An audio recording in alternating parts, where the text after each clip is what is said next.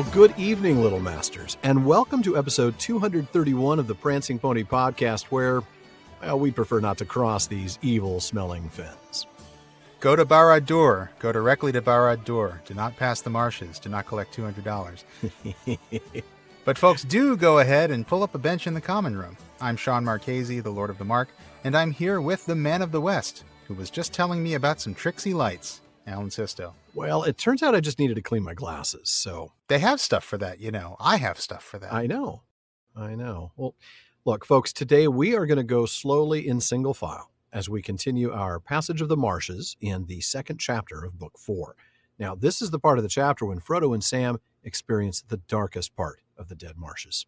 No, it's a lovely place. I've been thinking about getting a summer home there, actually. Charming. Total curb appeal. It's lovely. I hear the school district's great. Cheap properties, too. HOA is a little draconian. It is. Well, especially if you are found in violation, there is no leeway. No, there's not. There's only one penalty given out by the HOA. It's death, folks. Yeah, it is. But for those of you joining us for the first time, welcome. Here at the Prancing Pony podcast, we are reading and talking our way through Tolkien's stories of Middle-earth, a few pages at a time. We dive into the details, we point out connections to other writings, and talk about our favorite themes. But we also make sure we have a lot of fun along the way.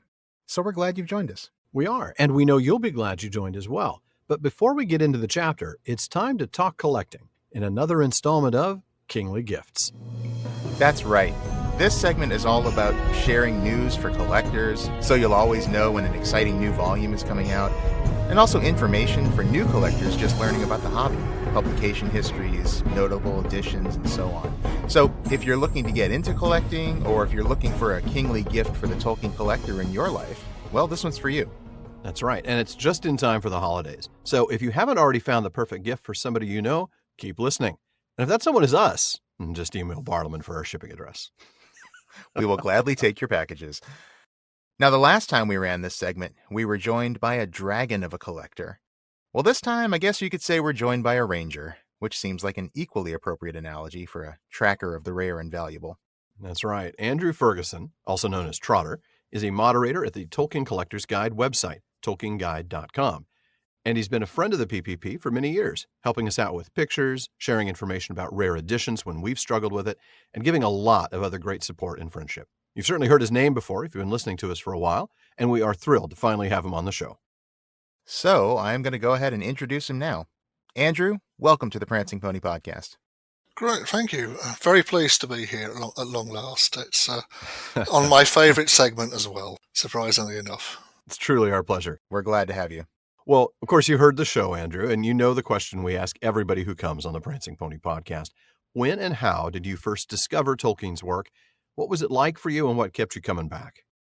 Well, essentially, I was first sort of introduced to Tolkien at school by my teacher, which was very nice, actually, to do that. The Hobbit was read over a few weeks, and I loved it. It's one of the few books I can actually remember my teacher reading. He must have read other ones, but I can certainly remember that one. I then bought my first copy of The Hobbit and The Lord of the Rings in 1977. Mm-hmm. And then I bought The Silmarillion a year later, the year after it came out, which was probably a mistake because at age 11, you're not going to get very far with The Silmarillion. And I certainly did struggle with it. I sort of started seriously getting into collecting in the 90s, and I decided that I wanted better copies. And I think that's what most people do when they start collecting. And since then, I've sort of set very firm limits on my hobby so that I can break all of them. And I try to collect every UK edition of Tolkien's books. And my goodness, that is a goal. As a goal, well, I've actually got most of them, but of course you had to stop eventually because there's just too many after a while. Yeah. And I've now just decided to try and get all the hardbacks, so not paperbacks anymore. Mm-hmm. But basically, I think a lot of people may know that my favourite book is the Hobbit, Mm-hmm. and I have every UK impression from 1937 to about 1990. Wow, every one. Yeah, every one, yes, and including 7 first editions of the book. Goodness. Wow. So was it the collecting that kept you coming back? Was that sort of the hook? Well, I think it's Tolkien, really, though, isn't it? Because Yeah. it's such a wonderful author. But also, of course, it's something different, is actually then going in and looking for different versions of the books, Yeah. different covers, different illustrators. I just find it's a fascinating thing to go into, as well as reading the books. Yeah. Yeah. Absolutely. Just another way to appreciate it, isn't it? Yes, it is. Yeah. Yeah. So, was Tolkien the first author that you collected? I think I heard you say that, but Yeah, yes, it was pretty much the first one that I collected. I did like science fiction Mm-hmm. before that, but really fantasy is what I really like now. But it's largely Tolkien. wow. He's taken over everything else, really. And you mentioned The Hobbit as your first love. What is it about The Hobbit particularly that makes that your particular niche? Is there a particular reason for it? Is it because it's the first one? What do you think? I just think it's a wonderful children's story in terms of it would never be written today because there's too many problems with it. The fact it ever got published in the first place is a miracle, with the way that Tolkien actually sort of expected the publishers to bend over backwards to want exchanges. Yeah, that's true. And that would never happen today, not in a million years. Yeah, good point. No. So I think books like that, it's a shame because you'd never see a book like that printed, I think, today. It'd just be thrown out probably by the editors. Yeah. And we're just so lucky that they had really good editors at the time who recognised that You could book. see that potential. Yeah. Yeah. And look at us now. Like how many editions? Yeah. I know. You just said how many first editions you've got. I mean, like how many times has this book been published and translated? Well, it's about 125 million in English, and I don't know how many in other languages. Goodness. Wow. Of course, without The Hobbit, again, you wouldn't have any of the other books really either. No, Right. that is certainly true. Yeah. Without the success of The Hobbit, there certainly is no Lord of the Rings. Yeah. Also, Silmarillion. Well, Right. and then obviously everything that follows after that. Right. Well, speaking of books that followed after that, one of the reasons we wanted to have you on the show today is because there's a new edition of Pictures by J.R.R. Tolkien coming out November 11th in the UK, December 14th in the USA. Talk to us a little bit about the history of this book, what it is and what it isn't. Right. Well, Pictures by J.R.R. Tolkien was first published in 1979. And effectively, again, this was the publishers thinking, well, what books can we bring out for Tolkien? They'd actually started doing a series of calendars. And they did the calendars from 74 to 79. I think 1975, they had a year off. And in there's really nice artwork by Tolkien. And the publishers then thought, well, why don't we make a book around the artwork that was in the calendars? They got Christopher to do a commentary on the pictures. And the first book's actually a really large book. It's a nice big coffee table size book. It was then reprinted in 1992 as a second edition. Christopher actually said there were some mistakes in there, and which he corrected. But that edition really then sort of went out to sale and you couldn't get it. So they're actually on the second-hand market. The first and the second printings are actually quite expensive. But that's because I think they're really nice books. One of the things that I really like in Pictures is Leaves in the Book of Marzabal. Now, these were first printed in the calendars that I talked about. But the nice thing about Pictures is that Pictures has really big-sized images of them on one side of the page, and then it has a transcription on the other side. And I think it's the only place where it's like that. So if you actually want to see what it says without looking at what the runes mean, you can actually read them in Pictures. Oh, that's cool. So from that point of view, I think it's great. And it was a very well sort of produced book. So the new version that's come out is a slightly smaller version, and it matches the size of The Art of the Hobbit and The Art of the Lord of the Rings by Hammond and Skull. Okay, I was about to ask about that then. How does this compare to those books specifically? Well, it's pretty much the same pictures to a certain degree. There's only so many that Tolkien did. That's true. Right. And obviously, if for people who've bought, say, the new Lord of the Rings that's just come out, some of the pictures are in there as well. But these are a nice larger size. They're it is a calendar size pictures. And I think a lot of people like calendars just because of the size of the pictures. I mean, you mentioned the Hammond and Skull books that it's sized to. Those are not small books. Those are coffee No. table books. Now, granted, it is smaller than the original pictures, which is so large I can't fit it on my bookshelf. But It's huge. yeah, it is. It really is. But having it sized to these will certainly make for a slightly more, shelvable book. Yes. But yeah, it is going to have a lot of those same images. I suppose then the difference really will be the commentary. You said that Christopher wrote the commentary originally, and that's going to be what's unique about this volume compared to the Hammond and Skull volumes. Yes, it is. It is Christopher's commentary on it, and I think that it's quite important. However, realistically, though, if you do have that, also if you've got art as an illustrator as well, you might think, well, do I really need this? But then that's fair. Collecting is not necessarily needing things. It's because they're nice. It's because they're nice books. Valid. Exactly. Yeah. Well, and for me, I mean, I've got all three of the books by Hammond and Skull, but I mean, obviously The Hobbit and Lord of the Rings each focus on, the pictures related to that story. Artist and illustrators, a broader scope, right? Because it's got pictures from the first age and things like that. But and things that he drew that had nothing to do with Middle Earth at all. That's true. A lot of his early that's work true. that was really insightful. That had nothing to do with Middle Earth, yeah. But for me, I'm interested in pictures just because I don't have it already, and I'm interested in that commentary. Yeah, that's true.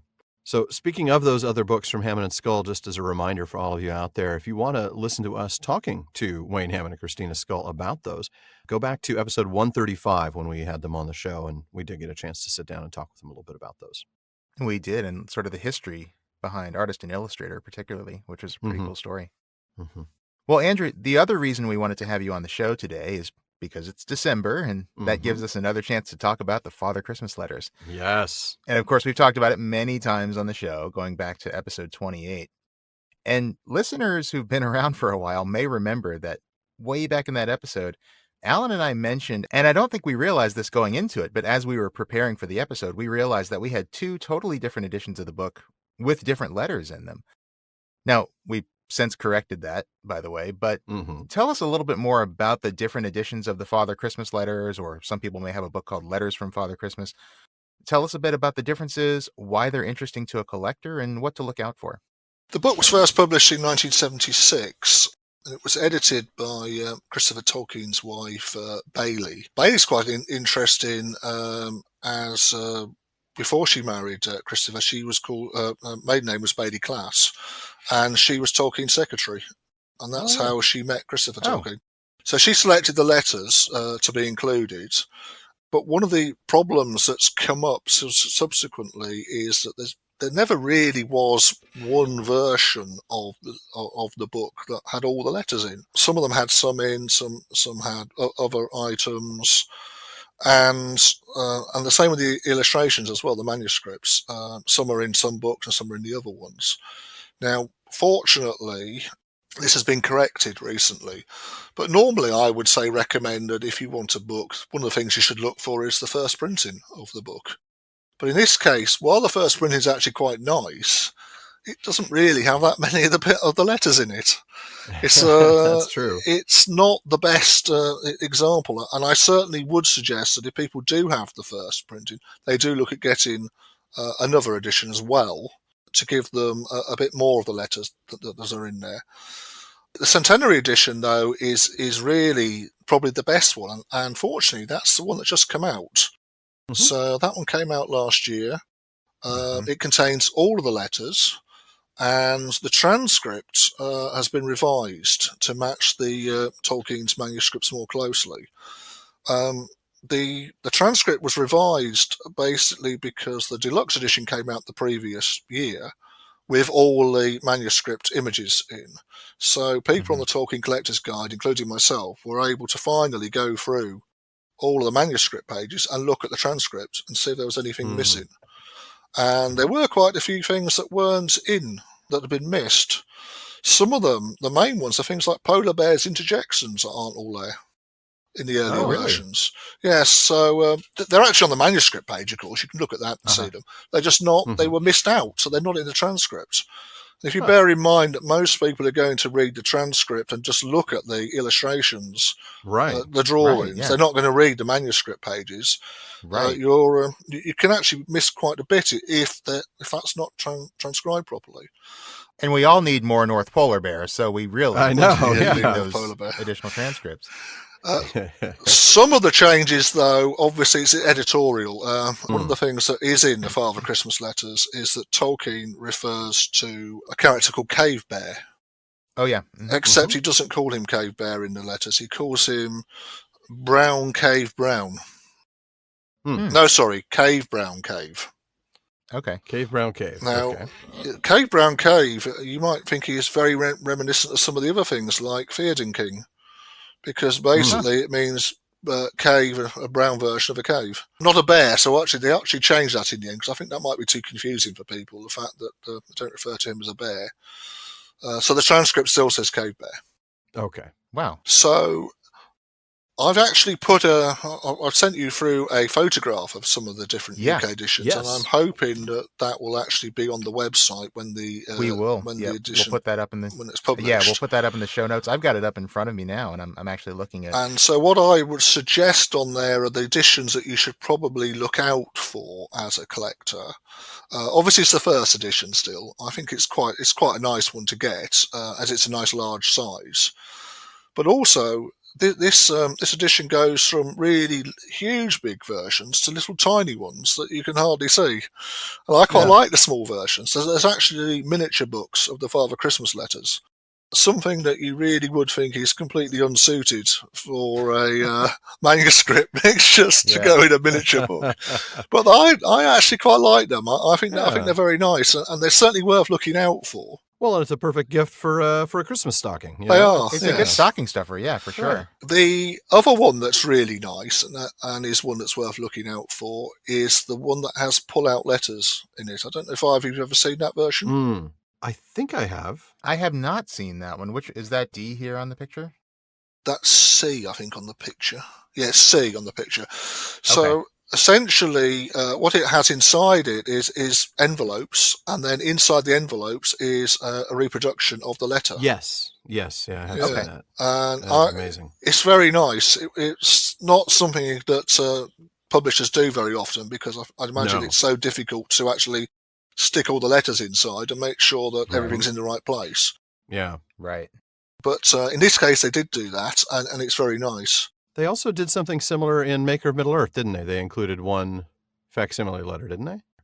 Oh, yeah, they did in the special edition one. I think they might have done a letter. That's what it was, yeah. In the special edition, letter, yes. Yeah. So the other thing that's also I've got some pictures of, or I'll talk about a bit, is the audio book as well for the Father Christmas letter. Wow.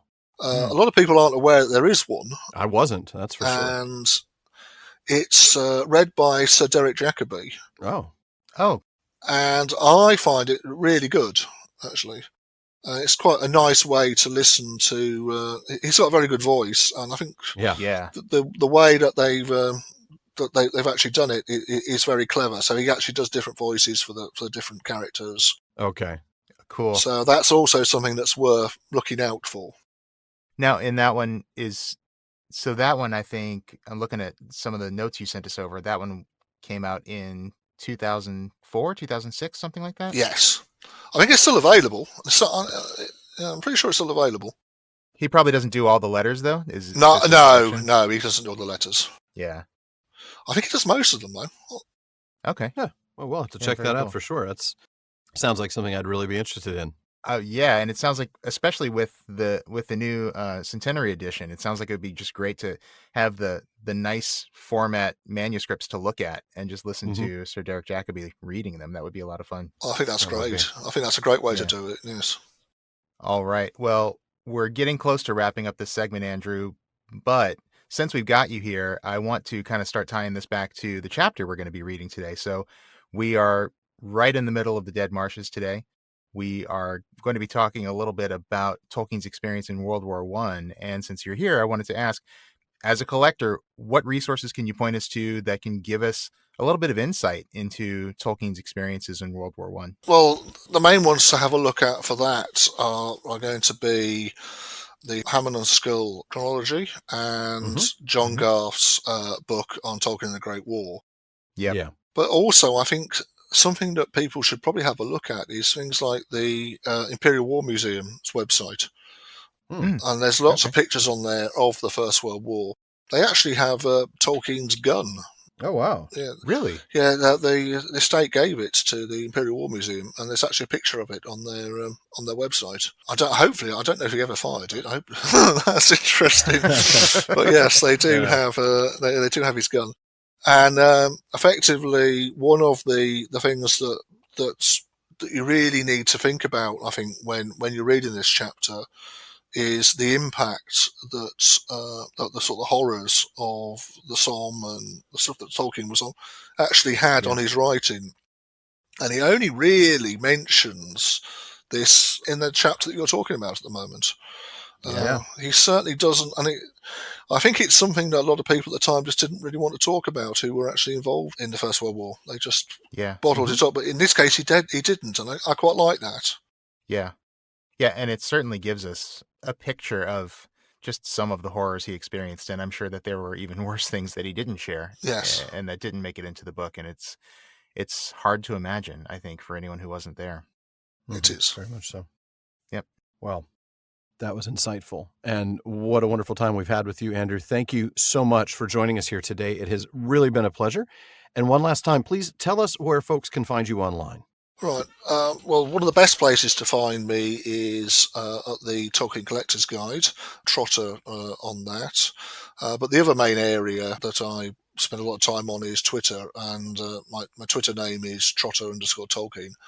I try and just put pictures of my collection up on there, hoping that people are interested in seeing them. I'm sure they will be. Well, and you also spend a lot of time on Twitter sharing our podcasts or retweeting some of our posts, as well as sharing pictures of your collection. So thank you so much for that, Andrew. You're very welcome. And thanks for joining us here on the show. This has been fantastic. It really has. Well, folks, with that, we're going to return you to the podcast in progress.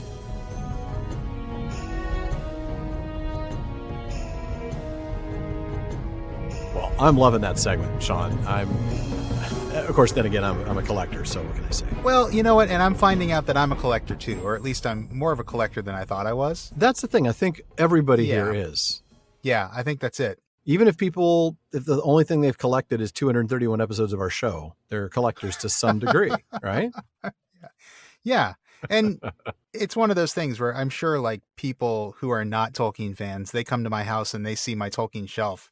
Oh, and then they hear me say I'm not a collector. Like, are you kidding? You're totally a collector. You've got an entire shelf dedicated to Tolkien. You're a collector, right? Man. 1.5 now at this point. And so, yeah, I guess to the average person, I am, a huge collector. It's just when I talk to like these guys, like Andrew and I know. Jeremy and you, where I'm just like, I'm nothing compared to you guys, but I'm getting there. Yeah. Do what you find fun. That's the whole point. Collect what you want. It. That's great. That's it. Yeah. There's no right or wrong way. I'm learning. It's just, what's right for you. That's correct. Well, speaking of collecting things, I'm collecting samples of you reading the text, and you're going to start tonight. All right. Well, those are going to be worth nothing someday. So that's absolutely right. And they're going to triple in value from there. Yeah. That's the great thing about something that's worth nothing. Nothing times 3. Carry the nothing. All right. We're going to go ahead and pick up exactly where we left off last week. All right. The hobbits were now wholly in the hands of Gollum. They did not know, and could not guess in that misty light, that they were in fact only just within the northern borders of the marshes, the main expanse of which lay south of them.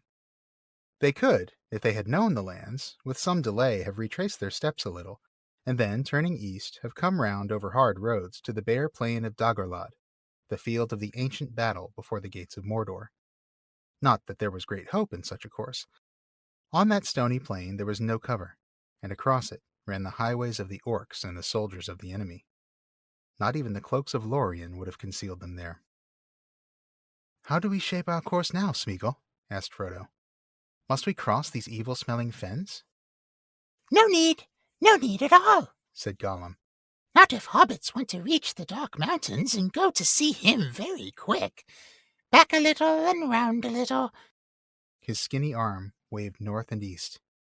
"And you can come on hard, cold roads to the very gates of his country. Lots of his people will be there looking out for guests, Very pleased to take them straight to him, oh yes. His eye watches that way all the time. It caught Smeagol there long ago. Gollum shuddered. Oh, I don't even want to think about what he's remembering. Yeah. No. And we stop there, of course, because we can't read the entire chapter. As nice as it would be. Wouldn't it? I know. So let's go back to the beginning of the passage tonight. We start by getting the narrator giving us the lay of the land, right? We've just entered the northern edge of the Dead Marshes. So in theory, they could go back out north and then turn east and come to the Dagger Lad.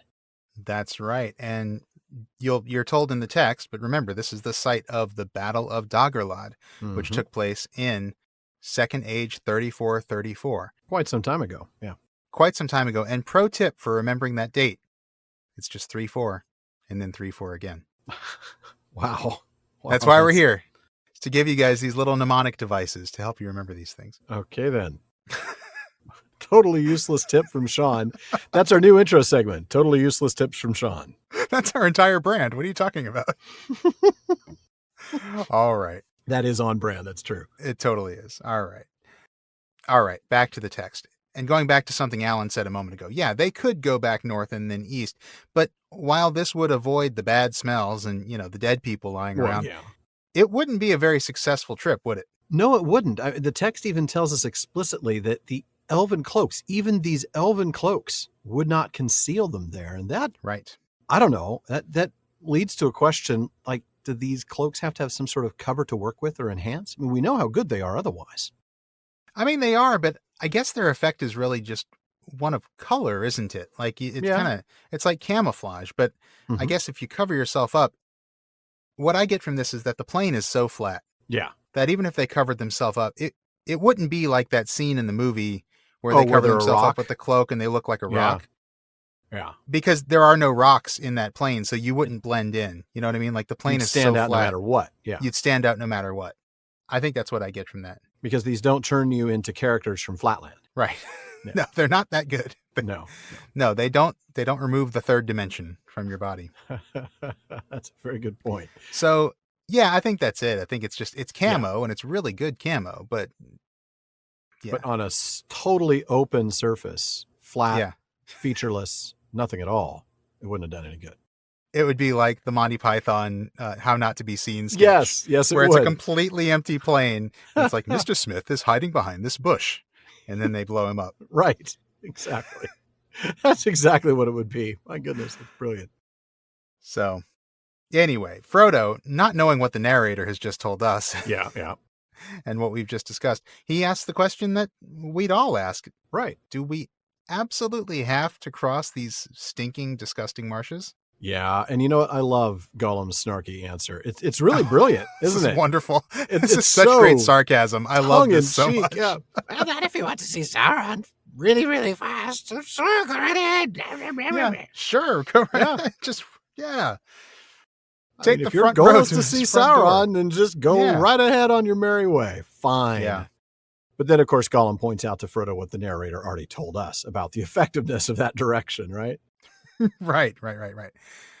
Go back the way we came and then towards the northeast, and you'll find these roads that get you there, but those roads are regularly used, and guests will be welcomed. Welcomed. Yes, that's right. With chains. Very pleased to take them straight to him. Oh, yes. Yes. Oh, yeah. You'll be the guests at a special dinner in your honor. You probably won't eat much. You might be the meal. That's correct. Sauron's eye, of course, is always watching that approach, is what Gollum tells us. And that's when we learn that is where Gollum was captured before. He wasn't captured in Mordor. He wasn't captured going through Cirith Ungol. He was captured there on the Daggerland. And so Gollum knows a thing or two about how easy it is to be captured in this place. Yeah, absolutely. And so, he's got this unpleasant recollection and he shudders. But then he points out how he's found other ways since, doesn't he? In the part we didn't read. Yeah. And he uses his eyes, his feet, and his nose. Follow your nose, Master Smeagol. Always. The nose, it always knows. The nose knows. Mm-hmm. What was that cereal? The follow your nose, it always knows. What was that? Fruit Loops? Is that Toucan Sam? It was Fruit Loops. I think it was Toucan Sam. Wow. Man. I bow to your superior breakfast cereal commercial knowledge. I completely forgot Lucky we haven't Toucan brought up Sam for Booberry like and Count Chocula. All right. Man, Count Chocula, don't get me started. I know, man. It's, as we're recording this, November has just started, and Yeah. I'm running out of Count Chocula. And I'm Yeah, a you little can't scared. get it anymore. It's a seasonal cereal. No. It's a real shame. Anyway, indeed. very, very cruel joke played by Yeah, the company that makes that cereal. I know, seriously. Anyway, so these other ways that we're taking, they're not as fast, they're No. not as easy, but Sauron doesn't see them. And that's pretty important, really. You Yeah. know, that's really the key here is, Frodo wants to... I don't know whether Smeagol really knows what Frodo's trying to do. He's going to find out pretty soon. Yeah. But he can't really think that Frodo's going to go and challenge the Dark Lord, or he's not going to go and, meet Sauron and then give Gollum the ring. Something bad is going to happen. So, but right now he's bound by the promise to the precious. Yeah. And he probably figures that this is a way for him to at least stay close to the precious for a little bit longer. Well, and delay whatever it is that's going to happen. Yeah. Yeah. So, so he tells them, look, follow me and you will get closer and closer. Yeah. Right. And that's where it gets interesting. You said, delay what's going to happen. It's exactly what he's talking about here, because he says, you might go a long way before he catches you. Yes. In other words, is an interesting conclusion to that passage, isn't it? It is. Smeagol's not saying, oh, we're going to go this way and we'll never be caught. No, he's saying you go this way and you'll survive longer before you're caught. That's right. Eventually you will be caught. You will lose. Exactly. Eventually you will get caught no matter how sneaky you are in your approach to Mordor. Mm. And that is very telling. Gollum is just trying to delay here, just kind of trying to keep him out of Sauron's clutches for as long as he can. Absolutely. I also notice, I didn't have this in my notes, but I noticed there's another passage here where he shifts from third person to first person. I keep on seeing this now. He says, Smeagol has used his eyes since then. I've used eyes and feet and nose. I know other ways. Follow Smeagol. Yeah. So I don't know if this is another one of those moments of like sudden moment of lucid thought, where he's just a little bit less Gollum and a little more Smeagol. He does seem more Smeagol here. That's for sure. He does, yeah. That sarcastic snarkiness is not Gollum's way. That's definitely Smeagol's way. Gollum is more vicious. He's not. Oh, just this nasty. is kind of like, this is almost Hobbity. This is, it really is kind of playful. It's a little bit mean spirited. Well, yeah. In its sarcasm, but it is that kind of like banteriness that we see with the hobbits. That's right. It is. Interesting. Well, that's going to take us to the next section of the chapter, and you're going to pick up the reading about a paragraph in. Yes, I will. The hobbits soon found that what had looked like one vast fen was really an endless network of pools and soft mires and winding, half-strangled watercourses. Among these, a cunning eye and foot could thread a wandering path. Gollum certainly had that cunning and needed all of it. His head on its long neck was ever turning this way and that, while he sniffed and muttered all the time to himself. Sometimes he would hold up his hand and halt them, while he went forward a little, crouching, testing the ground with fingers or toes, or merely listening with one ear pressed to the earth. It was dreary and wearisome. Cold, clammy winter still held sway in this forsaken country. The only green was the scum of livid weed on the dark, greasy surfaces of the sullen waters. Dead grasses and rotting reeds loomed up in the mists like ragged shadows of long-forgotten summers. As the day wore on, the light increased a little, and the mists lifted, growing thinner and more transparent. Far above the rot and vapors of the world, the sun was riding high and golden now in a serene country with floors of dazzling foam. Only a passing ghost of her could they see below, bleared, pale, giving no color and no warmth. But even at this faint reminder of her presence, Gollum scowled and flinched. He halted their journey, and they rested, squatting like little hunted animals in the borders of a great brown reed thicket. There was a deep silence, only scraped on its surfaces by the faint quiver of empty seed plumes and broken grass blades trembling in small air movements that they could not feel. Okay. This is an unpleasant place. This is a really unpleasant place, but it is some powerful prose, isn't it? It is. It really is. There's some really beautifully ugly. Yeah. Like that's a beautiful good way of ugliness putting to it. this. It's, I mean, Tolkien's choice of words is really beautiful and poetic and It really is. vivid in its description. And yet this is something so horrific. And as we'll talk about later in this episode, there's a reason why Tolkien has very real memories of a place like this. That is true. But let's start by going back to the paragraph that I didn't read. And we've got some comments on that, right? So we see that it is morning, but it's a windless and sullen morning. Right. And these marsh reeks, which is mist, right? This heavy mist. Yeah, this is not smell like we think of reek. This is like the smokes, or in this case, the mists. Yeah. Exactly. Yeah. And these are heavy. This is not, this is not just like, some mist floating around in the air. This is like really heavy, hanging, dense fog banks almost, right? Yeah, exactly. There's no sun. Mm-hmm. And yet, without old Yellowface herself to hinder him, Gollum's motivated. He wants to keep moving. He wants to continue the journey at once. Right. And he is anxious to continue it. Right. So after a short rest, that's exactly what they do. And now they find themselves in this other world, this shadowy, silent world. Apart from both the Emyn Muil, where they just were, and the Ash Mountains, where they're going, they can't see either one. They're cut off from that. They're in this really enclosed environment. Right. And they're in single file. Well, yeah. And as any good DM would ask, you have to wonder what order they're in. Well, of course. There you go. You get it. It's Gollum, then Sam, then Frodo. All right, Gollum, roll your perception. Yeah. So, interestingly, Frodo is noted to be already the most weary. And this is a theme we're going to see often throughout this book. Yeah, why do you think this is? Is this the ring at work, or is this something else? I do think a lot of it has to do with the ring. We're going to see later in this chapter him talking about the weight, the heaviness, the eye being on him all the time. Yeah. Already. Yeah. Even though he's not even really that close to Mordor. I mean, he's closer than I'd want to be, but he's not there yet. He's closer than he's ever been, and the closer he gets, it's just going to get worse. One step further, and it'll be the closest to Mordor I've ever been. Wow, I walked right into that one. Kinda. But I think the fact that it's him that's the most weary, I think that has to be a sign to us that we're supposed to see this as the ring at work here. I think so, too. I mean, we know that Sam is probably in slightly less good physical condition compared to Frodo. Yeah. And so the fact that Frodo is tired and Sam is not suggests that, this isn't a physiological thing. This is a sign of the ring. Supernatural, spiritual weight. Yeah. So he's lagging behind, even though they're going slowly. Yeah. And they were going slowly as Gollum finds the path, right? Right. I mean, because this isn't just one big marsh. This is a network of pools and mires and watercourses. I know. It's intimidating, but that means there is a way through, and Gollum needed all his cunning to find it. But interestingly, he had it. That's what the text says. Yeah. He had all that cunning and needed all of it. He needed all of it.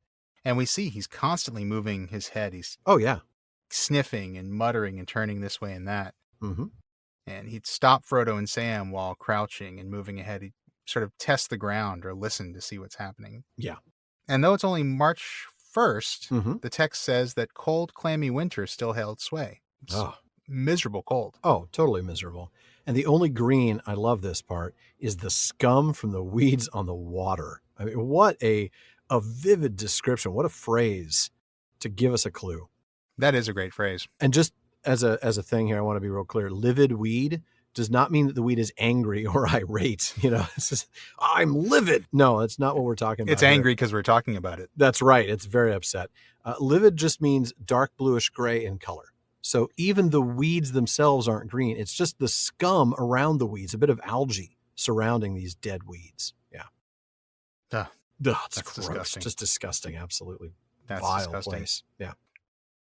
Although this last sentence of that same paragraph, I love this phrase about the ragged shadows of long forgotten summers. Yes.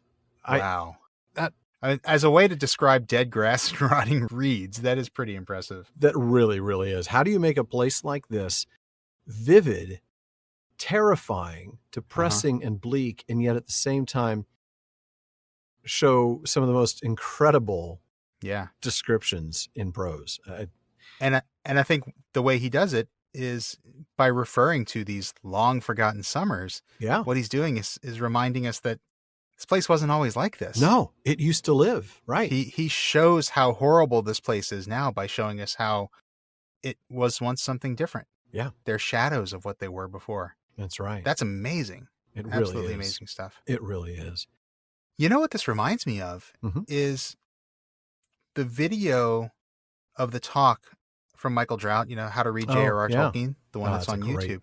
Yeah. And part of where he got that concept of the textual ruin from in that talk is from the idea of seeing a ruin and then being able to superimpose the image of what it looked like before. Right. I can't remember exactly how he worded it. I think he talks about a cathedral or something like that. If memory Something serves. like that. It's a cathedral, monastery, something like that. Yeah, maybe that's what it was. But yeah, that's kind of what Tolkien's language is doing. Yeah, he's given us a little bit of a vision of what it might have been in the past. Exactly. Before it became this dead.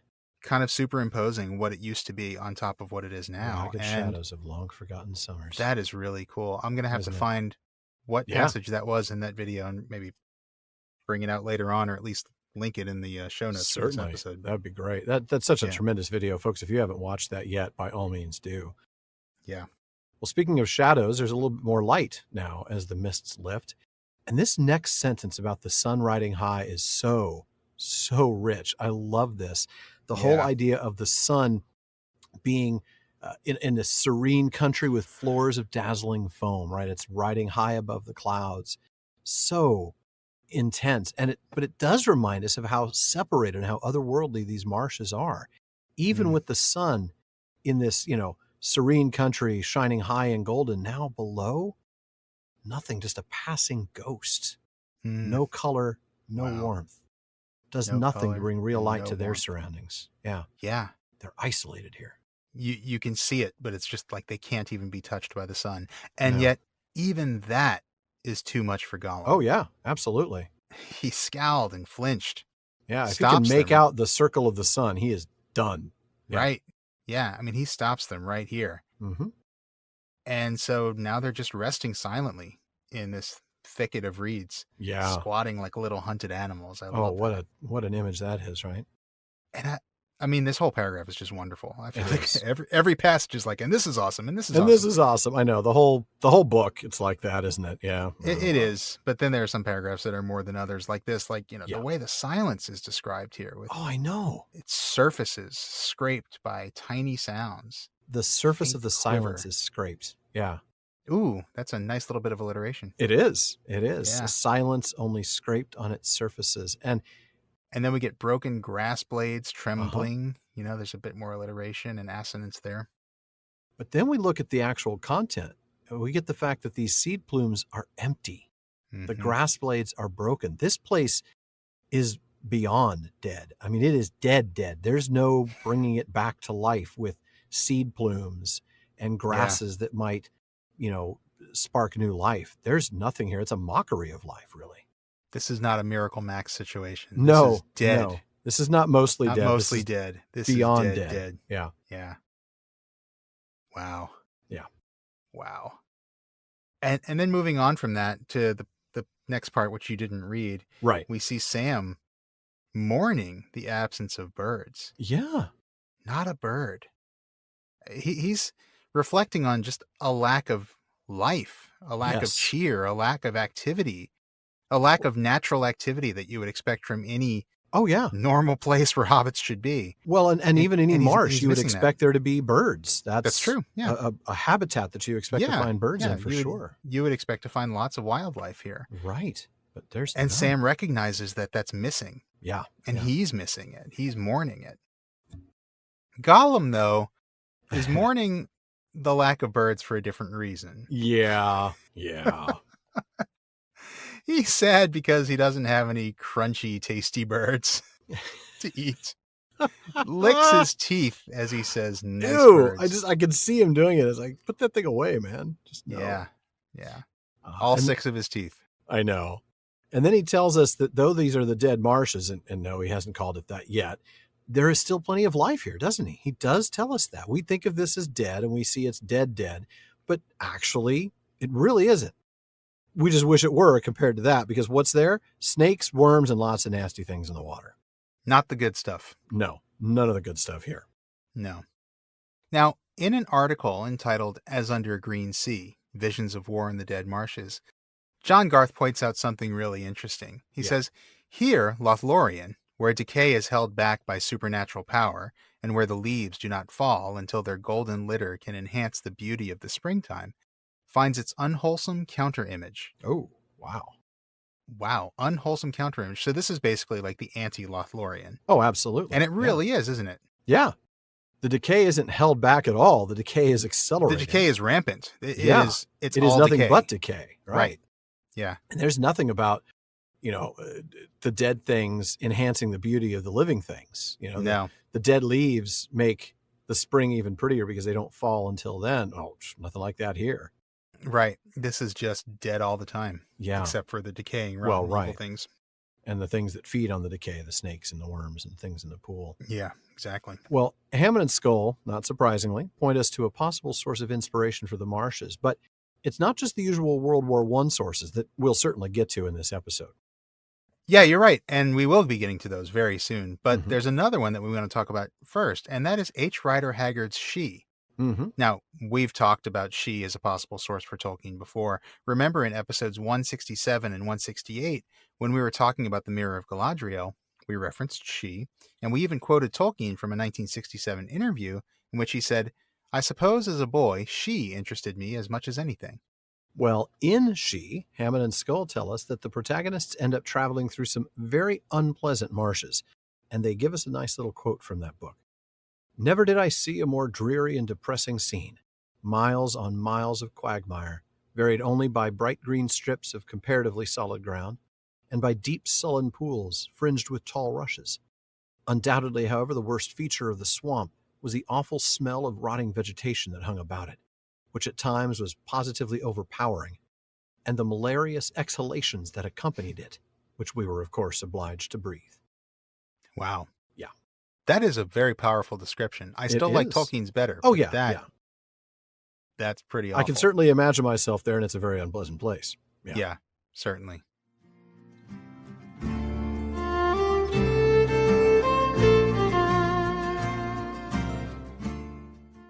Well, from bad smells to good smells, let's be really clear. From immersive candles designed for Tolkien lovers to seasonal collections inspired by fantasy and folklore, every one of Mythology Candles, now that's mythology spelt with an I-E instead of a Y at the end, every one of their scents is designed to be lit when reading a book, watching a fantasy movie, or even listening to a podcast like this one. Oh, yeah.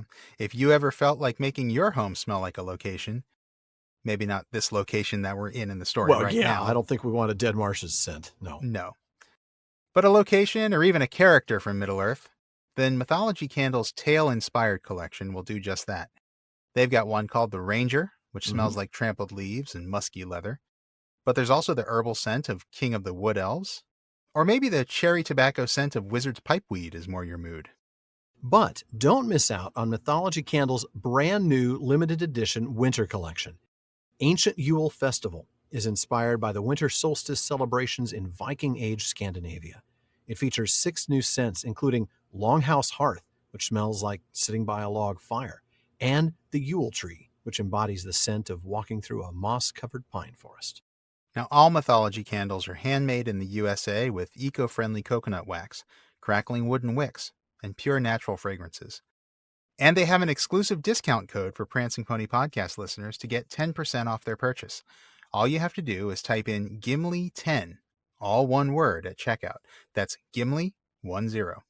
So if you feel like being whisked away to Hobbiton or ancient Scandinavia, check out Mythology Candles, spelt with an I-E instead of a Y.com, or find them on social media at Mythology Candles. Now, look, we are all about the books here at the Prancing Pony Podcast, so we are really excited to tell you about 4 Cats Boutique. Now, that's the number 4, and it's Cats with a K. And you see, if your book collections are like ours, you're going to want to check out Katie's store. That's right, because you're going to need bookmarks. And folks, 4 Cats Boutique has all the bookmarks you're going to need, including lots of Tolkien-inspired ones. The Shire, Rivendell, The Fellowship, and lots more. And you can even request a custom bookmark design if there's something special you'd like. Now, these beautifully crafted bookmarks are made in Canada, and they can ship to any place that you're listening from. And that is not all that Four Cats Boutique offers. They also have full-size prints, coloring books, digital prints, handcrafted earrings, and a lot more. And plenty of Tolkien-inspired collections. That's right. So if you want some excellent new bookmarks or other handmade Tolkien-inspired art from Katie, head over to etsy.com/shop/4catsboutique. That's the number 4, and cats with a K, like Khazad-dûm or Kamul. Though I'm not sure the Nazgul get much reading done these days. No. That's Four Cats Boutique on Etsy.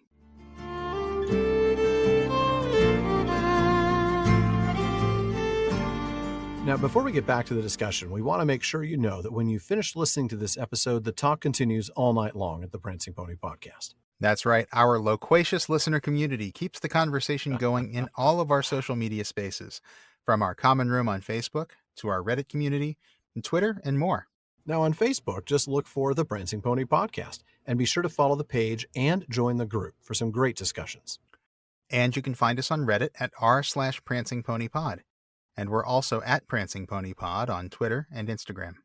And folks, if you enjoy the show, please consider supporting us by joining the Fellowship of the Podcast. When you do, you get a lot. You get an active Discord community that includes live episode recordings. You get postscripts, episodes without digital ads, free merchandise, and a lot more. Did he say a lot more? He means a whole lot more. That's right. Live Discord hangouts, a chance to be part of our Questions After Nightfall episodes, or even to join us as a guest in the North Wing. So folks, please check out patreon.com/prancingponypod to support the show and become part of the Fellowship of the Podcast. And if you enjoy the show, you can also help us out by giving us a rating and review on Apple Podcasts. And please, recommend us to your friends. Now, let's go ahead and get back to the text. Sorry, there are no birds here. And Sean, that is where I'm going to have you pick up. All right, here I go. So passed the 3rd day of their journey with Gollum. Before the shadows of evening were long in happier lands, they went on again, always on and on with only brief halts. These they made not so much for rest as to help Gollum, for now even he had to go forward with great care, and he was sometimes at a loss for a while. They had come to the very midst of the Dead Marshes, and it was dark. They walked slowly, stooping, keeping close in line, following attentively every move that Gollum made.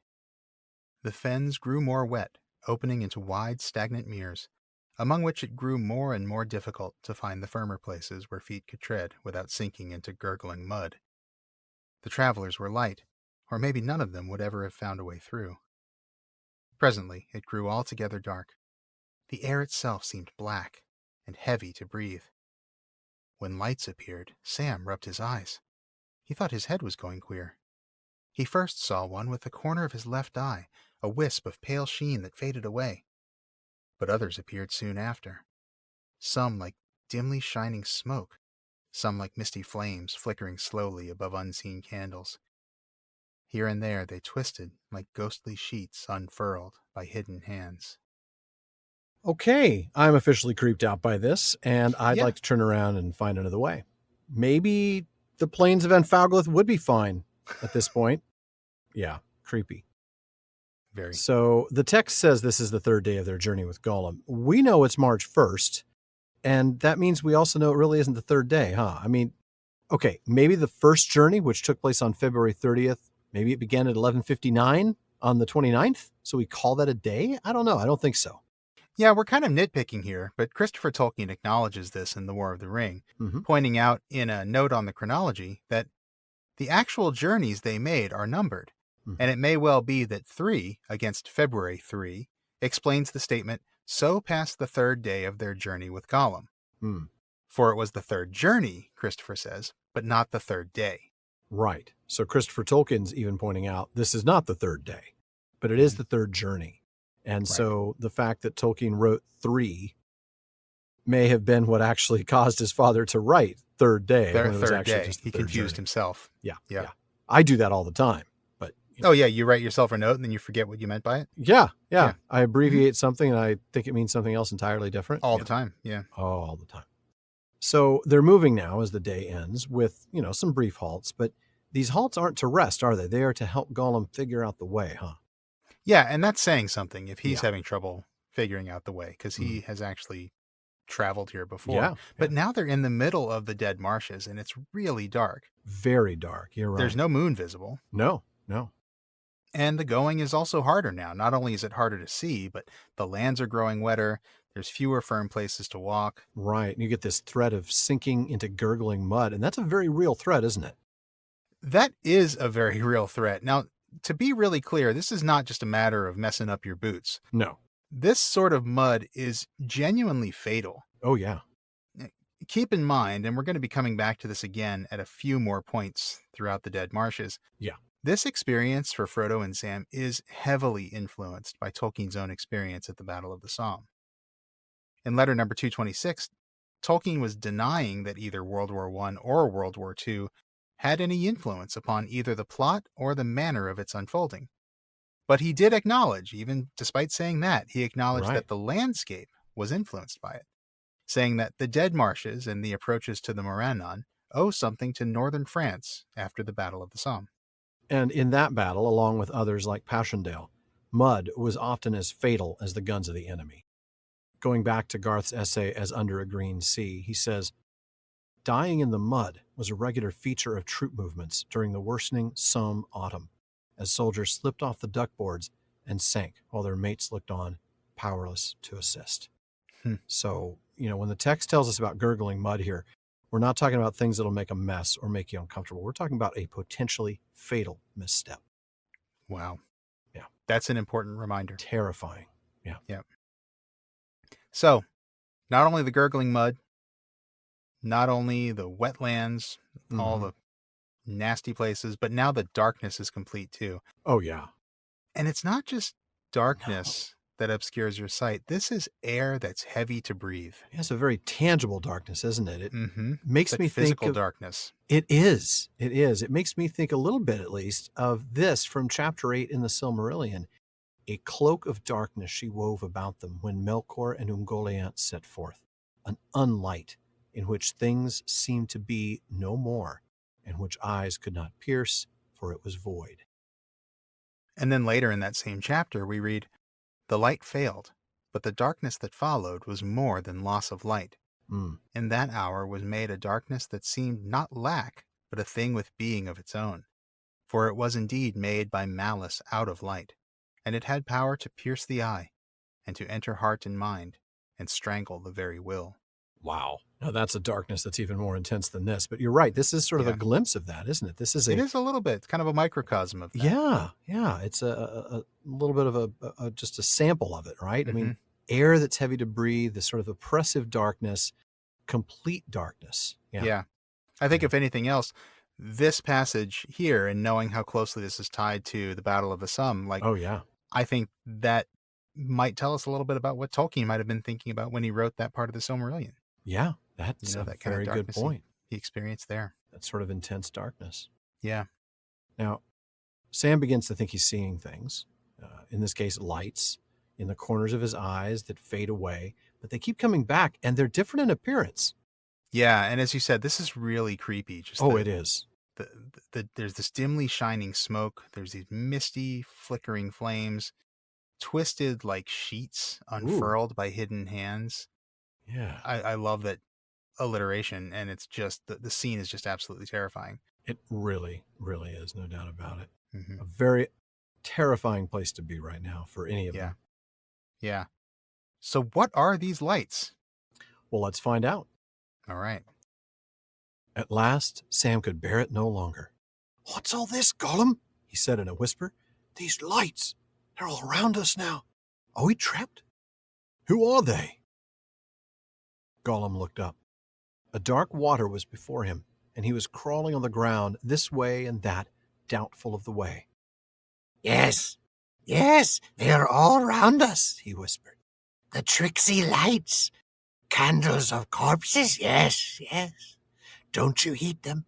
Don't look, don't follow them. Where's the master? Sam looked back and found that Frodo had lagged again. He could not see him. He went some paces back into the darkness, not daring to move far, or to call in more than a hoarse whisper. Suddenly, he stumbled against Frodo, who was standing lost in thought. looking at the pale lights. His hands hung stiff at his sides. Water and slime were dripping from them.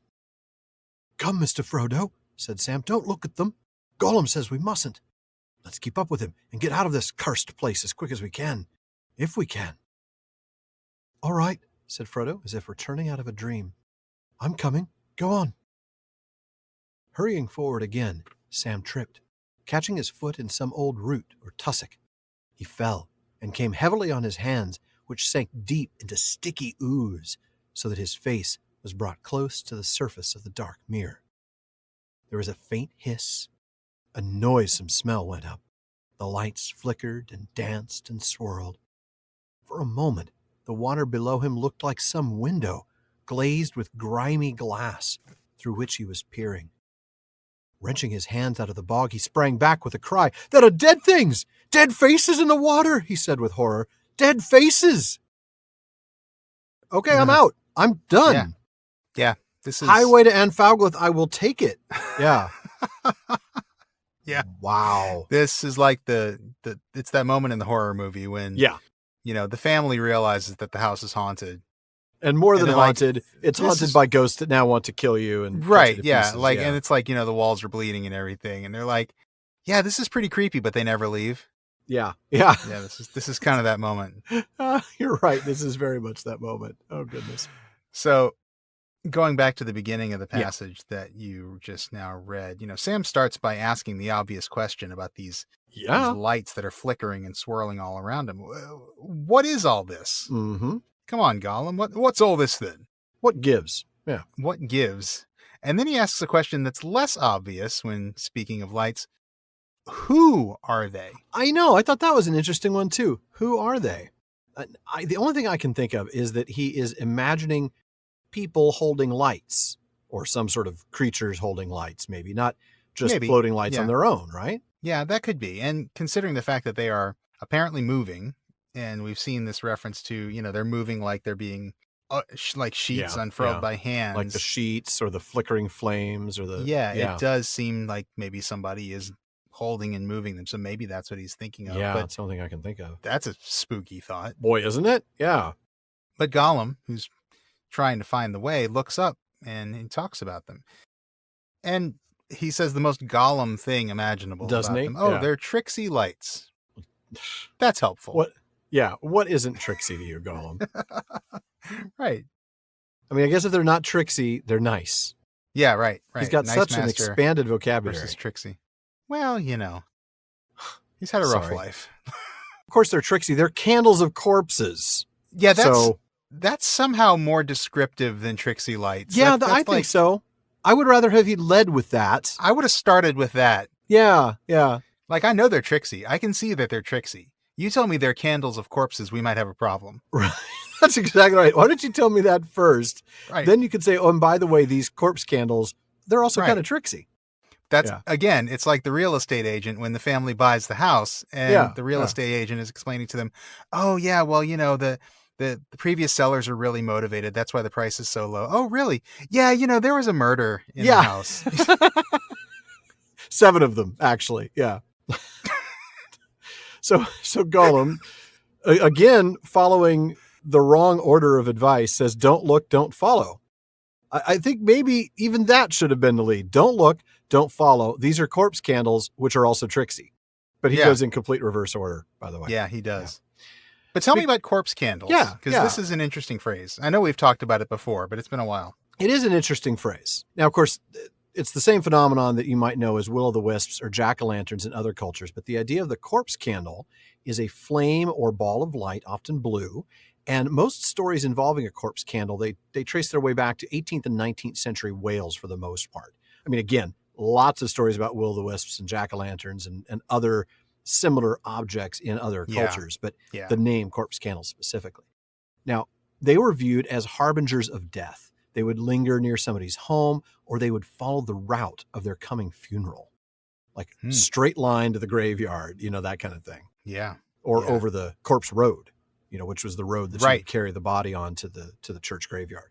Right. Yeah. There's some really interesting stuff on There really is. the Corpse Road out there. Maybe we'll have to pull some of that out for the P5. I think we will. We'll be expanding on that Yeah. for the P5 for sure. Yeah. But yeah, it's interesting that Tolkien is referencing all that stuff here Isn't and kind of repurposing it as he does a lot of folklore. That's true. And so now Gollum wonders where Frodo is. Yeah. Where's Master? Where's the Master? And Sam looks back. He can't see him. That's not good news. Poor Frodo's weary. He must have lagged behind again. Yeah. So as Sam heads backward slowly, keep in mind, of course, it's entirely dark aside from these corpse candles. He quite literally stumbles into Frodo. Yeah. Yeah. And Frodo seems a bit oblivious, to say the least. At least, yeah. Lost in thought, staring at the lights. And more importantly, this isn't pleasant. He's got water and slime dripping from his hands. Yeah. This is not this is not a good thing. Why No, would he not good have at all. that on his hands? Well, either he is tripped but managed to get back up, or as Garth speculates, it is even possible that Frodo has gone groping in the depths after the waterlogged forms that we'll soon see. And the fact that he's kind of lost in thought, and the fact that this seems very reminiscent of what we're about to see. That's right. I'm sure that's what's going on here. Yeah, I am too. And Sam advises Frodo, look, we can't look at the lights. Mm-hmm. Gollum says we can't look at them. We must not. Sam following Gollum's advice for once. I think he's right. Yeah. So let's move faster. Let's keep up with Gollum. Get out of this place if we can. I suddenly have an image of Sam. Thanks, Sam. In a Jeep saying, "Must go faster, must go faster, must go faster, must go faster." Corpse candles in the T-Rex mirror. corpse candle, right? Yeah. Closer than they appear. Yeah. That's such a great moment. Such a great moment. And then, of course, in Independence Day, when he says "must go faster" again, I'm absolutely dying. It's a great little Easter egg. It just became the Goldblum thing for a while. It did, didn't it? It might have just been those two movies, but still. It might have been, but those two movies are all I remember. So, yeah. Right. I got to watch Independence Day again. It has been way too long since I've seen that movie. It's such a campy film, but I try to watch it at 4th of July every year. It is the perfect 4th of July It really is. It's so much fun. Yeah. Oh, it's great. Jurassic Park I watched not too long ago, but spare no expense.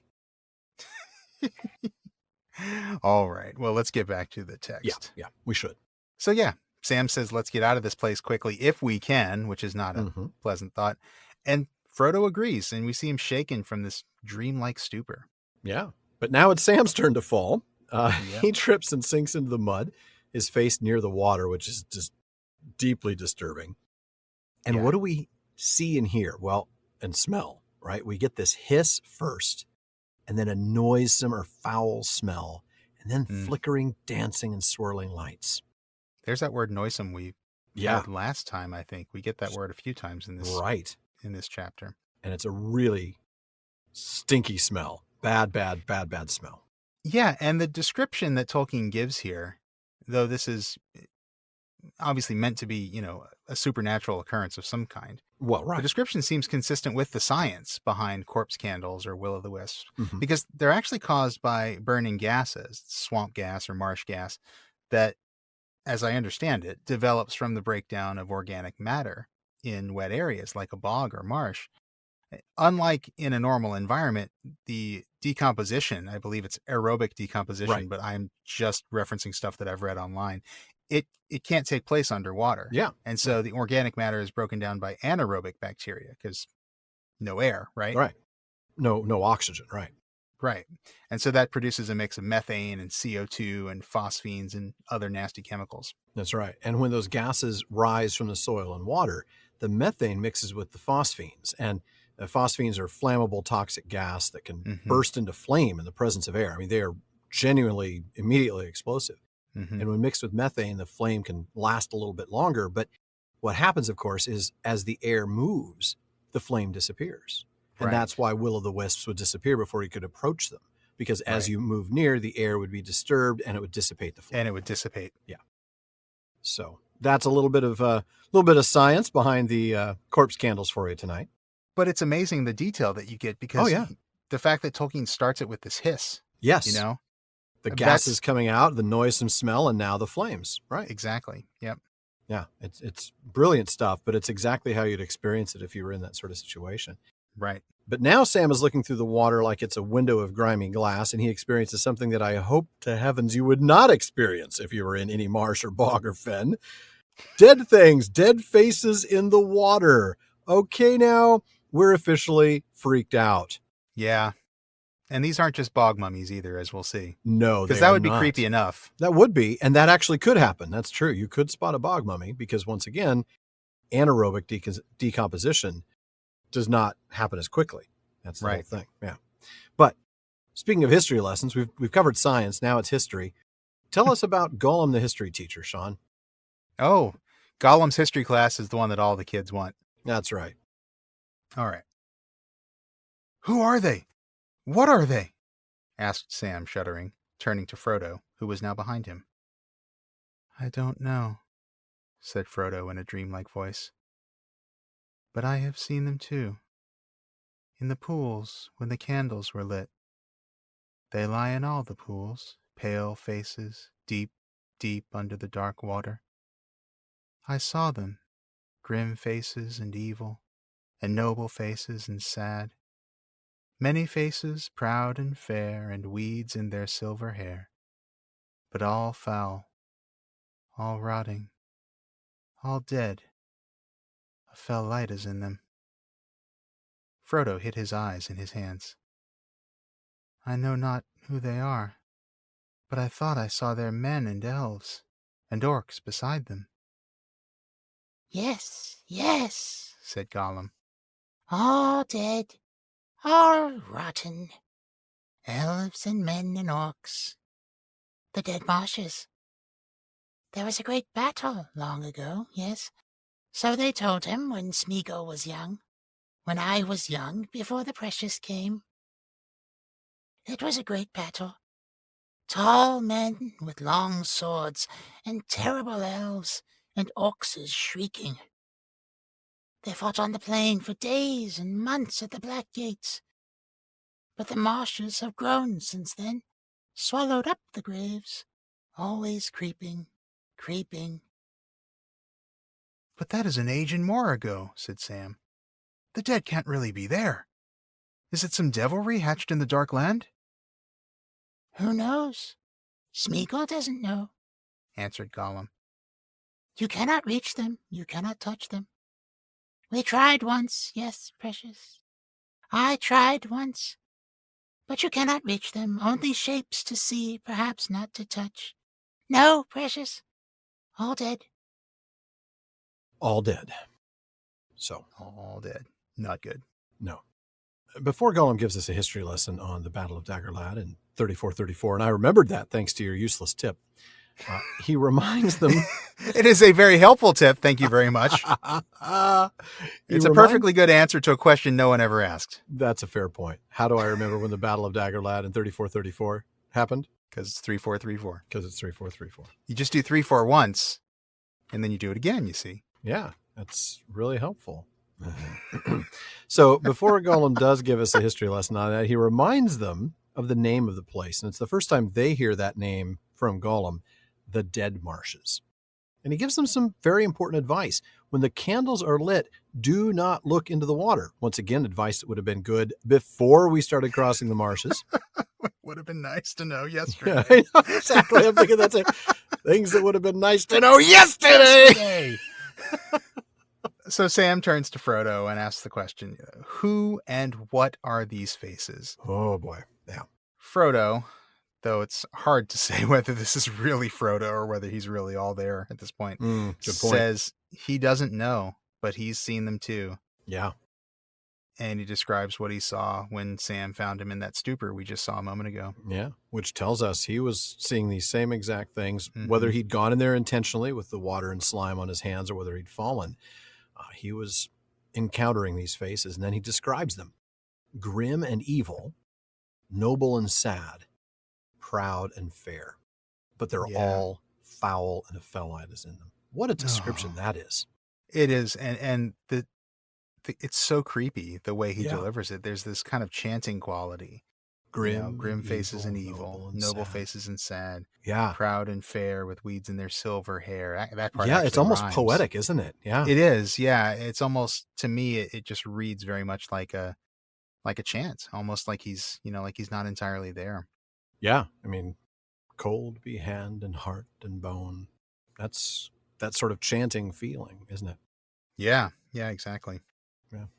And Frodo says that he saw men and elves and orcs. That's right. So they're all there. Now let's go back to John Garth on this one, because he points out that when Gollum says the Dead Marshes have grown and swallowed up the graves of the old battle, which he will say in just a moment, right, he reports a phenomenon familiar to soldiers of the Sommewinter. The entire vast battlefield was dotted with makeshift cemeteries and littered with unburied dead, numbered in tens of thousands. Ovillers, the German stronghold against which he was first thrown into the assault, was described by one officer as nothing but shell holes and dead men. Horrible. Man. Oh. And Garth goes on to remind us that sodden autumn, Tolkien was posted for weeks at a time in trenches seized from the Germans and often filled with the dead of either side in various states of decay. Sometimes the earth would reveal older remains from the previous 2 years of the war, and they might look as ancient as those that Frodo and Sam see. Observing that soldiers on the Somme would regularly run into reminders of the dead, Garth also says that one soldier wrote of walking for over half a mile on half-buried German dead. Every step was on ground that yielded to the foot as the dead body below the layer of yellow clay gave to our weight. Sometimes a boot, removing a clump of earth, disclosed the nose or hand of the corpse below us. Oh my gosh, that's just awful. Yeah, and that is the experience of World War I, and that's what we're seeing here. Yeah. So it's no wonder that Tolkien's experience there found its way into this book. I mean, maybe not into the plot of Lord of the Rings, as Tolkien said himself, but certainly into the world and this place and this horrific experience that Frodo and Sam are going through. And as horrific as it's described here in the book, Tolkien was sanitizing it a little bit. Yeah, he really was. Absolutely, he was. Yeah. And that's actually one of the more tame passages that I've stumbled across when doing research into this, and into all of this about the way corpses on these battlefields. Yeah. Oh, it's just awful. Yeah. Absolutely inhuman. I can't imagine. No, I don't think we can. I really don't. I think it's beyond our capacity to imagine that. Yeah. Yeah. So Gollum confirms Frodo's observation, right? They're all dead. They're all rotten. And by the way, they are men and elves and orcs. Yeah. Right. And then this is surprising that Gollum actually has enough knowledge of history here to tell them the story of the Battle of Dagorlad. Right. And we're told that this is a tale he was told when he was young, before the Precious. Right. That's right. Pre-Ring, pre-murder of Deagle. Yeah. Mm-hmm. And he mentions the battle went on for days and months at the Black Gates. That's right. And then we get that phrase that we talked about earlier in the Garth quote, that the marshes have swallowed up the graves. Yeah. Yeah. And Sam does not get this. That event happened more than 3,000 years ago. There can't still be dead bodies in the marshes. They would be long gone by now. Right. Now, and that's partly why I thought, at one point, I actually thought maybe these are like bog mummies or something, right. And I have heard that theory before, but that doesn't seem to be the case, as we're going to see here. No, because you can't actually touch them. They're not tangible. Exactly. So, and that leads us to the question that Sam asks, is this some devilry hatched by Sauron? I mean, we can sit here and talk about it, but we don't know. We don't know. We will sit here and talk about it in a moment. Yes, we will. But Gollum doesn't know. No, he certainly Who knows, he says. What do I look like? Gollum is not the John Garth of the Dagorlad. No. So he hasn't done all the research. And I'm sure John Garth will be grateful for that lack of comparison. God, I hope he doesn't listen to this episode. Thanks, Sean. I'm saying he's not the John Garth. John Garth knows all this stuff. Don't even put him in the same sentence as Gollum. Fine, I'm kidding. So Gollum does not know. He has not done all the research on this place, but he has tried to reach the dead faces, and he knows that they cannot be touched. They're only shapes to see. Now, Sam is speculating as to, I don't know, the reason behind Gollum's decision to try to touch the dead, probably so he could then touch them with his teeth. Oh, because they look so delicious. I mean, really. Crunchy and tasty. I mean, well, come on. Starving starving. Remember, Gollum's always starving, and he certainly can't eat any limbus that's laying around. So I guess. Dead corpses, I don't think he's above that. Yeah. Yeah. I guess. I don't know. So Sam, I think Sam is reaching a little bit here. I can't Maybe. imagine that Gollum would actually consider eating a 3,000-year-old corpse. I don't know. But yeah, Sam shudders when he thinks of that reason, of course, and says rightly, look, I don't care what these things are or whether they're a devilry or not. I just don't want to see them again. Can we please get away? Let's get away. Let's get out of the house. Obviously, the monster does not want us here. Let's That's leave, correct. honey. Let's move out. I'm thinking of all those Southwest commercials. Want to get away? Yeah, right. Exactly. Yeah, definitely. And Gollum agrees. Yeah. Yeah, of course we'll get out of here. That's but the point. slowly and carefully. Yes. Otherwise, Frodo and Sam are going to join the dead ones and light little candles. Huh. Does Gollum know this to be literally true? Or is this just like a flowery way of saying you're going to die? I don't know. Well, he knows they die. The lighting little candles and actually joining the dead ones, becoming a vision, becoming if a you will. corpse candle, becoming Right. one of these creatures. I can't imagine he'd know that. How would he know that? That's what I'm saying. Unless yeah. maybe he throttled an orc and threw the body in there, but Exactly. he eats dead orcs. He can't possibly have experienced this. No. I think there's an assumption when people read this passage that Gollum is actually speaking from experience. Like this is some property of this place. If you die in the Dead Marshes, you're going to come back as one of these candles. As a corpse candle? Yeah. I don't know that that's what he's actually saying. I think he's just saying like, oh, you're going to be as dead as they are if we don't get out of here soon. And you'll light your own candle, dead guy. Right. Yeah. Exactly. Yeah. I think Gollum's being a little bit poetic there. I kind of like it for all that. I do too. Yeah. All right. So in this earlier draft, Tolkien wrote, and please keep in mind, this is an early draft. There's some places where Christopher's not entirely sure what Tolkien wrote. So there's going to be a little bit of that in here. The moon was now sinking west into cloud that lay above far Rohan beyond Anduin. They went on, and Gollum again took the lead by, or maybe but, Sam and Frodo found that they could not keep their fascinated eyes from straying whenever they passed some pool of black water. If they did so, they caught glimpses of the pallid dead faces. At last they came to a place where Gollum halted. A wide pool barred their way. The pools lit by will-o'-the-wisp fire revealed dead faces. The moon shows their own. The moon came out of its cloud. They looked in, but they saw no faces out of the vanished past. They saw their own. Sam, Gollum, and Frodo looking up with dead eyes and livid, rotting flesh at them. Okay, that's really creepy. That's really creepy. Yeah. And I wonder if maybe that's a reason to believe that Gollum might actually think that something could happen where they would actually become corpses like this. Maybe it could be a leftover from that sort of thing. Yeah, I don't know. But boy, that's not just the moment when the new residents of the house realize the house is haunted. This is when they see ghost versions of themselves in the mirrors and realize that if they stay any longer, they're next. Yeah. Right. Yeah. This is really bad. In a way, I'm really glad he didn't include that because it's even more terrifying, but it does add an interesting layer of things.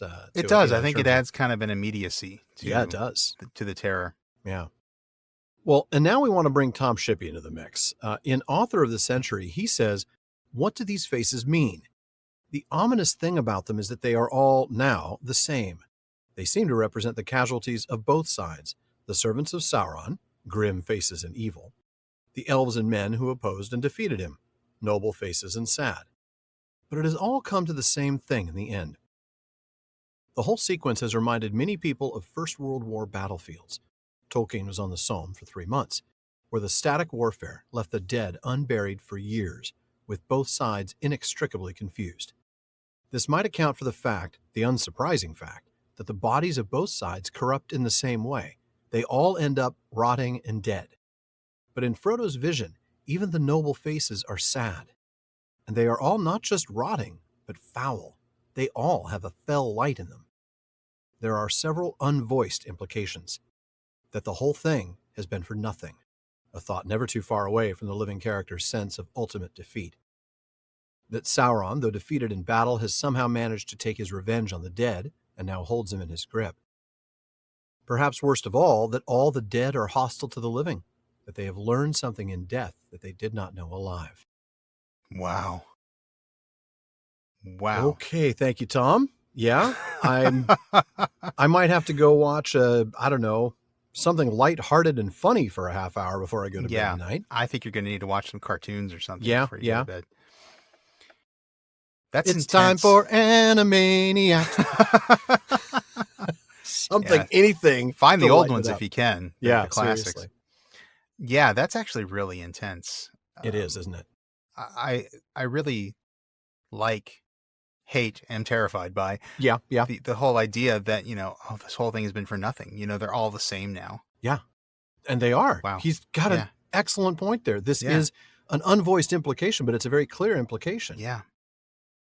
And I'm sure I can imagine Tolkien having this thought on the battlefield. Oh, right? certainly. You see, you're walking through these trenches, you slip off the duckboard. How many hundreds of people have died for these 5 yards of ground? Right, exactly. Of chopped up mud that's been hit with 1 billion artillery shells over the last 2 years. Right. And now they're all right next to each other. There's German soldiers right next to British soldiers. Yeah. They're all the same. Yeah. They all rot the same way. Yes, that's the thing. Oh, yeah. Even elves and men, their bodies rot just the way the orcs do. Right. Yeah. Exactly. As corrupt as the orcs are, elves and men are just as corrupt in death. Their bodies are just as corrupted, I should say, in death. And now that they are corrupt, they are very much the same. They all have this fell light in them. Mm-hmm. But then we get back to maybe this idea of devilry, right? That maybe Sauron, though he was defeated, has somehow managed to take his revenge on the dead and holds them in his grip, that they are under his control to some way. And that they're all hostile to the living now. Oh. That's creepy. Well, I can't imagine that if you're dead, you're going to be anything but hostile to the living in terms of that's true. If you're able to encounter them. If you're around and you have experience of them, you're going to be hostile to the living. Right. Again, it's that idea of the superimposing what used to be, right? Yeah. The very living. good way of putting it. Again, this is a weirdly philosophical thing to think about, but if you're dead, the living around you are just going to remind you of what you've lost. Mm-hmm. And what you'll never have again. Yeah. And that puts me in mind of the idea that the land, as we discussed, before, the land itself was described as this dead thing. It was just a corpse of a natural landscape, and it is very reminiscent of now the actual corpses. Well, visions of actual corpses that they're seeing in the bogs. Mm-hmm. And yet we still haven't answered Sam's question. That brings us back to Sam's question of, right. Okay, obviously these aren't real bodies because they can't be touched. Right. Are they spirits of the dead? Are they just illusions? Ooh. We've talked about this a couple of times. Yeah. We've had a couple of mailbag questions. I think a couple of Halloween episodes, we pulled in some Dead Marshes questions, and we talked about, are these actual spirits of the dead? Are they just some illusions hatched by Sauron? I think we talked about it in episode 58 and again in episode 100. Okay. And probably at least one other time since then. I don't know, Alan. What do you think? Are these actual spirits of the dead that Sauron has corrupted and has some holdover? Or is it just an illusion? Is it all is it all devilry in that sense? Just trickery? Right, a phantom, some sort of a vision. Because he has both powers, doesn't he? I mean, he does. We know that Sauron is a master of phantoms and trickery. Right. We're told in the Silmarillion. But we also know he has some power over the dead. Over the dead, right? I mean, he was even known as the necromancer. He's the necromancer. Right. That's right. I mean, you look at descriptions of him in the Lay of Leithian and the Silmarillion. He is described as both, as a master of phantoms and illusions, but also a master of the dead. Yeah. So I don't know what this is. I don't know if there is an answer. I think we speculated that some of these elves might be the poor, unfortunate ones from, Orifer. That was Thranduil's father. So we're talking about the same kingdom there in the northern end of Mirkwood. They didn't want to fight under the control or under the banner of Gil-galad. They wanted to fight on their own. They didn't want to have anything to do with these other elves. And as a result, they, charged in early. They weren't well equipped. They weren't well armored, and they got slaughtered. And I think we speculated that many of these might be, if they are spirits of the dead, many of these elves might be those elves. Yeah. Because they might not have wanted to respond to the summons of Mandos. Right. Could have been. Yeah. And that's really the only way that they are the spirits of the dead if there are elves, because that's the spirits of the dead elves go to Mandos. That's what happens to them, right? Well, they're summoned to Mandos. They're summoned, and They don't have to only follow go the if they summons. choose. Right. So why would you not choose? Well, I don't know. maybe if Sauron has cast some sort of illusion over them, Maybe Sauron is able to make it hard for them to follow the summons in some way. I don't know. But that, I think maybe that's why I lean towards more of an illusion, because I can't imagine that many elves being unwilling to follow the summons. Well, we don't know how many elves there are. That's though. true. I mean, That's we know there true. are some elves there, but they could be mostly men and orcs. Yeah, maybe. And well, even men, though, that's disappointing, right? I mean, men, their spirits aren't supposed to stay in Arda at all, Right. After they die. So I don't know. See, they could be illusions. Oh yeah, but I don't want them to be illusions. I want them to be spirits of the dead, because that's much scarier, right? Oh, it I is. think It's that's much what more Tolkien's- terrifying to be simply a trick of Sauron, a vision, if you will. Yeah. Okay, fine. Well, then there's no harm that can come to us. Right. They're just a vision. They're just a thing to see. And also, it just blows a huge hole in Tom Shippey's interpretation about. Oh, it really does. You know, Yeah, the that's right. symbolism of them all being the same now, and Sauron's revenge upon the dead, and Yeah. so yeah, they could be illusions, but as horrible as it sounds, I want them to be real. I want them to be real spirits. No offense to those spirits actually trapped in the Dead Marshes, Right. living in eternity. Sorry, guys. It's much cooler for the story if you're actually if dead, you're real, spirits. right? Yeah. Yeah. Charming. There are no answers, really. I mean, No, there it's really just- aren't. it's all And just any of the speculation and answers are going to be headcanon. disturbing and terrifying. But yeah, the True. idea that they're actually spirits of the dead is far and away Yeah. scarier. Yeah. Yeah. Well, starting the next section, I know we usually alternate, but I'm trying something new tonight. I'm actually having you read the next passage right after that lovely little line about 3 precious little golems in a row. Pick up after that, Yes. if you would. And this is a good thing that I'm reading 2 passages in a row, because that means that Alan's come up with some passage that he thinks he's going to do a really good job with. So it's going to be worth it. Okay, if you say so. I'm sure. All right. At last they came to the end of the Black Mere, and they crossed it perilously, crawling or hopping from one treacherous island tussock to another. Often they floundered, stepping or falling hands first into waters as noisome as a cesspool, till they were slimed and fouled almost up to their necks, and stank in one another's nostrils. It was late in the night when at length they reached firmer ground again. Gollum hissed and whispered to himself, but it appeared that he was pleased. In some mysterious way, by some blended sense of feel and smell and uncanny memory for shapes in the dark, he seemed to know just where he was again, and to be sure of his road ahead. Now, on we go. He said, Nice hobbits. Brave hobbits. Very, very weary, of course. So we are, my precious, all of us. But we must take Master away from the wicked lights. Yes, yes, we must.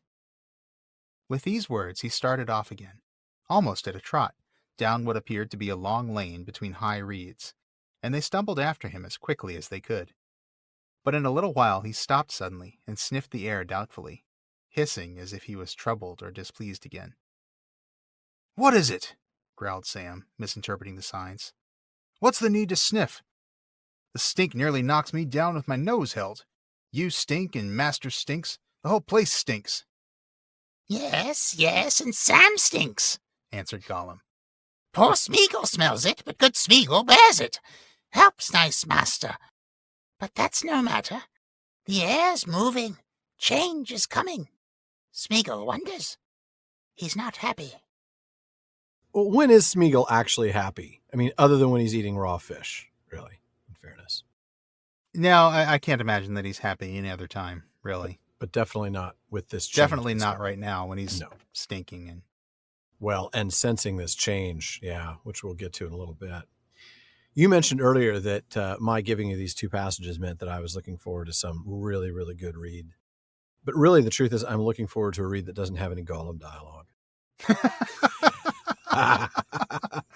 yeah, that makes sense too. No, No, I'm sure you're going to do something really awesome in just a moment here. So Oh, I'm I looking doubt forward it, to but it. we'll see. So yeah, you stink, I stink, we all stink for stink. Yep. This is really an unpleasant place as they crawl around the mirror of dead faces. Now even Frodo and Sam are using their hands, very Gollum-like, In fact, Sam, like I said a minute ago, observes there are like 3 little golems crawling in a row, which is the most creepy little nursery rhyme I've ever heard. Yeah. 3 little golems crawling in a row. Yeah. And they get to the end of the mere, and then they cross it using these little island tussocks. And just kind of like hopscotching these little islands. Exactly. But they're often falling into really, really stinky water. This is really nasty. Stinky water, right? I mean, it uses the word cesspool, and lest you forget what a cesspool is, the OED tells us it's a well sunk to receive the soil, sewage, from a water closet. Properly, one which retains the solid matter and allows liquid to escape. So yeah, this is nasty stuff. Telling you exactly what this smells like would earn us an explicit tag. Let's put it that way. That's right. And just in case you don't remember just how nasty a cesspool is, we actually know the word for it in Orcish, if you recall. Oh my goodness, that's right. I'd forgotten about that. Yeah. Remember the Ugluku Bagronksha Pushtug? Like that's like Ugluk to the cesspool. Yes. That was like great. Bagronk is cesspool in Orcish. So Bagronk. Cesspools are so nasty that we know the Orcish word for them. That gives you a clue right there, doesn't it? Yeah. So yeah, they're covered in this cesspool stink, nearly up to their necks, and just smelling like you would imagine. Well, yeah. And they finally reach firm ground late in the night. Yeah, late in the night, but not yet midnight. I want to point that out because according to Scheme, the unwanted visitor that is about to appear is said to do so at midnight. So we know it's before then. That's right. And now Gollum seems more confident. You know, he's on firmer ground now. He knows where he's going. That's right. You know, his skills are impressive here, no doubt, right? A blended sense of feel and smell, and even his memory for shapes in the low light. Really impressive. Yeah. And he speaks clearly to Frodo and Sam. You know, he's definitely lucid here. You know, we're all tired. You've been brave, but now we need to get Frodo away from these lights. Yeah, we do. And then he takes off quickly. He's in a hurry, but then he stops again and sniffs at the air. And Sam, I love, even the narrator tells us, misinterpreting the signs. Right, yeah. You know, he doesn't get it. Why sniff? Why are you smelling? Come on. We're all stinky, you know, and he says it, of course, in Sam's own particular idiom, sir. Yeah. Well, and Gollum doesn't take too kindly to this because Sam doesn't point out that he himself stinks. No. And Gollum comes right out and says, yeah, and you stink too, Sam. Right. But, you know, I'm not complaining about it. I'm trying to help, nice master. That's right. You need to maybe shut up and start helping. Why don't you quit complaining about the stink? Yeah, no kidding. We're all wading through this bagronk for the last couple of hours, and now we're coming out of it. But then he says, you know, but change is coming. And I'm not happy about that. No, it's not like a this. good change that's coming. I have of course, for him, the yellow face this. is a bad change. The white face is a bad change, but that's not true. what we're going to get, is it? This is different. Yeah. No. And I'm going to skip a couple of sentences here and start in the middle of the next paragraph. Then, suddenly, all 3 halted, stiffening and listening. To Frodo and Sam, it seemed that they heard, far away, a long wailing cry, high and thin and cruel. They shivered. At the same moment, the stirring of the air became perceptible to them, and it grew very cold. As they stood straining their ears, they heard a noise like a wind coming in the distance. The misty lights wavered, dimmed, and went out. Gollum would not move. He stood shaking and gibbering to himself, until with a rush the wind came upon them, hissing and snarling over the marshes. The night became less dark, light enough for them to see, or half see, shapeless drifts of fog, curling and twisting as it rolled over them and past them. Looking up, they saw the clouds breaking and shredding, and then high in the south, the moon glimmered out, riding in the flying wrack. For a moment, the sight of it gladdened the hearts of the hobbits, but Gollum cowered down, muttering curses on the white face. Then Frodo and Sam, staring at the sky, breathing deeply of the fresher air, saw it come. A small cloud flying from the accursed hills. A black shadow loosed from Mordor. A vast shape, winged and ominous. It scudded across the moon, and with a deadly cry went away westward, outrunning the wind in its fell speed. They fell forward, groveling heedlessly on the cold earth.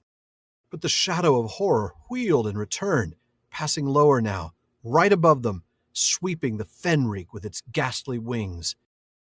And then it was gone, flying back to Mordor with the speed of the wrath of Sauron. And behind it, the wind roared away, leaving the Dead Marshes bare and bleak. All My right. goodness, what a passage. Isn't it? I just wanted to read that. I mean, I don't know that it's anything that you can do well or do bad because there's no dialogue. There's no voices to do. I didn't even get to do the high, cold shriek or anything. It's just No, but it's just text. intense prose. Isn't it? It's Oh, really I good. just wanted to transport you to that moment and Yeah. to get that false sense of hope that, the moon's out. Oh, crap. What is that? Right, exactly. Yeah. I mean, Yeah. what a moment that is. It's horrible. Yeah. It is absolutely terrifying. Yeah. All right, so let's go back to the sentences that you skipped here. Yeah. In which Gollum is continuing on, but with this growing sense of unease, right? That's This right. uneasiness grew. Mhm. And we see this in how he keeps stopping and then stands up to his full height and cranes his neck around. Yeah. And at first, the hobbits can't pick up on what it is that's bothering him, but then they all three stop and listen. Mm-hmm. And that's when they hear the long, wailing cry. Yeah. Shivered. Yeah. I also thought it was interesting that the cry was described after High and Thin as cruel. Yeah. The cry is cruel. A cry that sounded cruel. Oh, Wow. How can a wordless cry be Yeah. cruel? Right. I mean, this is a sensation that you hear. It's just it's something in the voice that you but hear. it puts a menace in the very sound itself, doesn't it? Yeah. Yeah. Yeah. And now they feel the air stirring and growing cold. This is a multi-sensory experience of yes, fear. it is. This is a 4D theater experience right here. Right. Yeah. Yeah. And then they hear a noise like wind in the distance. And then really creepily, as if this whole place wasn't creepy enough, the lights wavered and went out. Okay, that is creepy for sure. Yeah. I mean, you've just been dealing with, the dead faces and the corpse candles, and now there's this, and it's so bad that even the lights go out. Yeah. Gollum, on the other hand, he's not stopping to listen. He's just not moving at all. No, he stood shaking and gibbering, which That's is right. speaking rapidly but unintelligibly to himself. And sometimes that's what we do on this podcast, actually. I Gibber. do it all the time. Yeah. I've done it quite a few times this episode. And now the wind comes upon them, hissing and snarling. I love the sound of that, by the way. Yeah, and then a little light appears by which they can see fog drifts and clouds breaking. Yeah, and then, like I mentioned, the hobbits are briefly gladdened by the sight of the moon high in the south. Okay, granted, Gollum is none too thrilled by the white face, No, right? not He's one cursing it. But that gladdened sensation, it doesn't last long, because now Frodo and Sam see something coming. A black shadow loosed from Mordor. Yeah, so then it passes in front of the moon. It scuds across the moon, and to scud is to move fast, as if driven by the wind. Right. And it's going westward. Mm-hmm. Now, originally, this was the Nazgul that was going to be speeding its way to Isengard. But changes in the timeline that Tolkien would make later on made that impossible. So he changed the text to have the Nazgul turn around and fly back to Mordor. Right. As we talked about, when Pippin made his tookishly ill-fated decision to look into the Palantir, Tolkien's notes say that it would take 6 to 7 hours for a Nazgul to fly from Barad-dûr to Isengard, a distance of more than 600 miles. Wow. Now, Christopher Tolkien tried to reconcile the various Nazgul flyovers in The War of the Ring and came to this conclusion. According to the final chronology, neither of the unseen Nazgul that passed over high up at the end of the chapter, so he's talking about ones we'll see next episode, can have been the one that wheeled over Dol Baran on the night of March 5th, nor the one that passed over Edoras on the morning of March 6th. A rigorous chronology led to this disappointing conclusion. It is a disappointing conclusion is, because you want it to be one of those. One of these to be that one. Yeah. Yeah. But unfortunately, the timeline just doesn't work out. No. So then Frodo and Sam fall forward. This is the last paragraph that you read from. Yeah. They fall forward, groveling on the earth, and the Nazgul wheels and comes back right over them. That's got to be terrifying. The fact that he's turned around and is coming right over them. Of course, it doesn't help that it's blowing that lovely fragrance around. But it flies back to Mordor at that point, and it leaves the marshes bare and bleak. Mm-hmm. Oh, man. Oh. Again, it's back to that deadness, right? Yeah. And how sad and horrible is it that the only activity to break the deadness of this place has been a Nazgul flying overhead? This is not good. No, it's not. I'm also trying to think of maybe like the college bowl game where you would want a Nazgul flyover instead of like a, B-52 flyover or, F-14 flyover or something like that. Oh, yeah. All right. That's not a game I want to go to. No, it isn't. I'm going to have you read the last couple of paragraphs here, and then we're going to wrap this thing up. All right.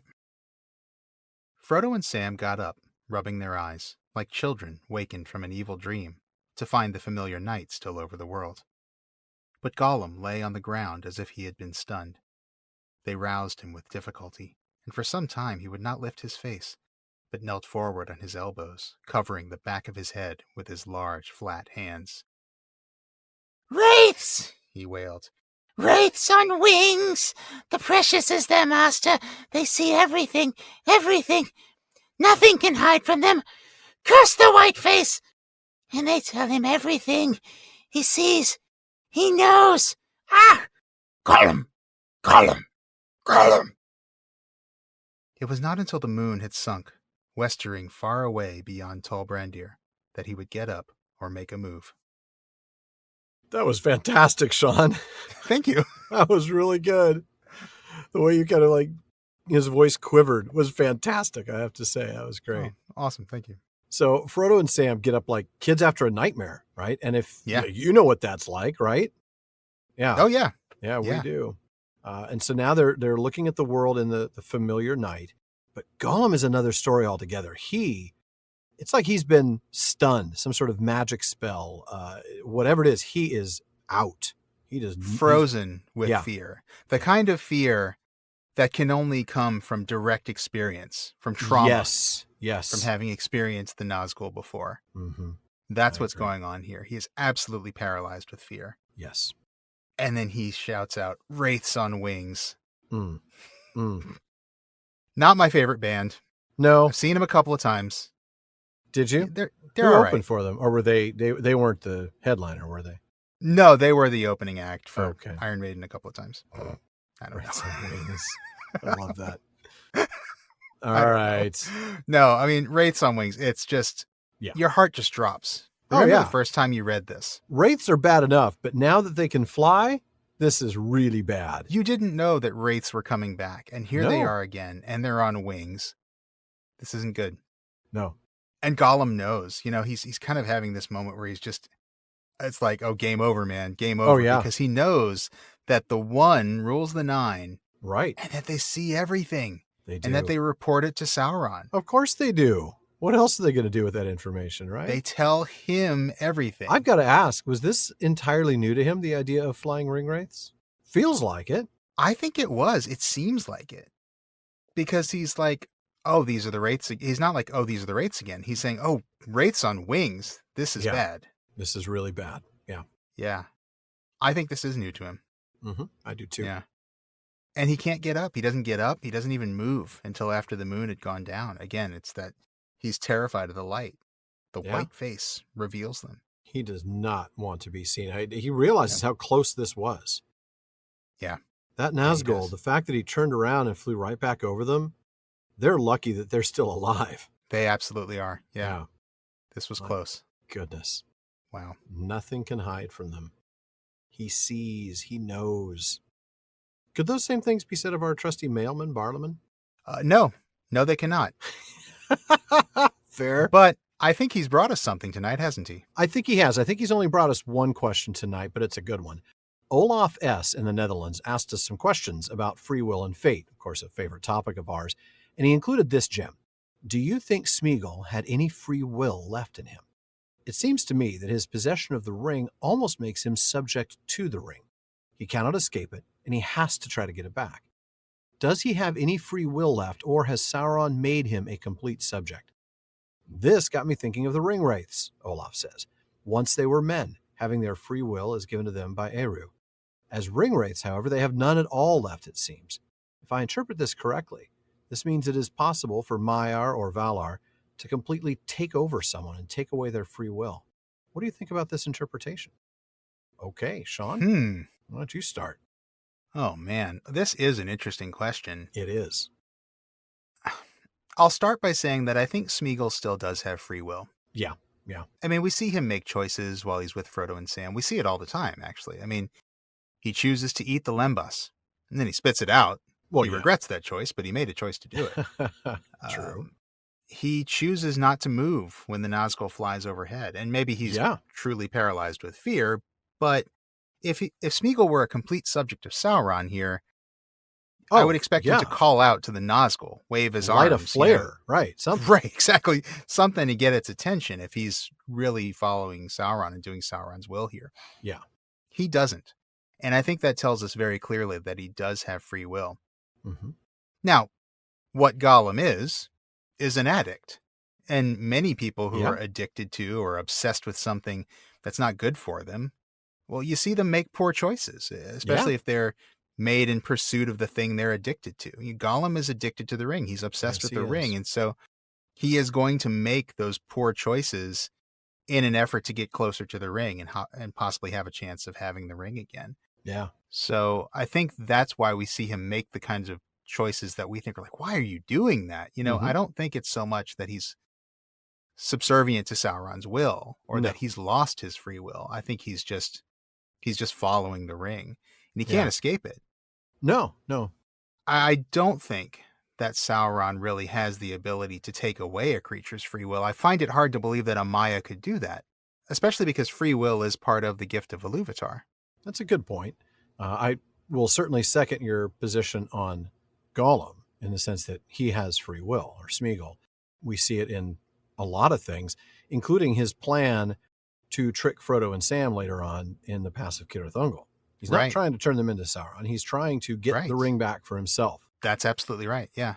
If he's lost any free will, it's only in relation with the ring and not with Sauron. But I have to say, though, I think there does appear to be some textual evidence, maybe not for Smeagol, but for the ring wraiths, that Sauron does have, I'm not going to say the ability to take away free will, but to cause free will to be, I don't know, completely quashed, I guess. Let me tell you what I'm talking about. I think the ring wraiths did lose the equivalent of their free will by the time we encounter them here in the Third Age. This is 4,000 years after these men should have died. And I think that's part of it, because we know that free will is also a gift along with death. And death has been delayed. I think free will has been delayed. If you will. Those two go together. Yeah.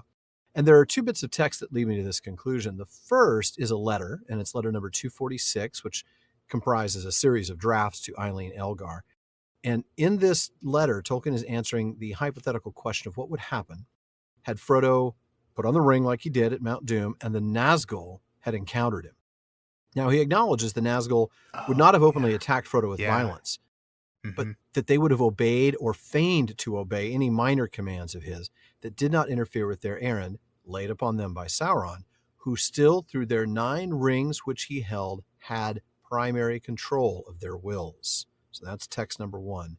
Right. And then the second bit of text is in The Hunt for the Ring in Unfinished Tales. And we read there, at length, Sauron resolved that no others would serve him in this case but his mightiest servants, the ringwraiths, who had no will but his own, being each utterly subservient to the ring that enslaved him, which Sauron held. But so, it sounds like they don't have any will, right? Primary control of their wills, Sauron has it. They're utterly subservient. They have no will but his will. But here's the thing. They had the free will to take the rings offered them in the first place. So the way I see it is they committed an act of free will that resulted in them losing that free will. So the loss of free will is just a consequence of a free will act. So they don't have it anymore, or it's been suppressed so much. Yeah.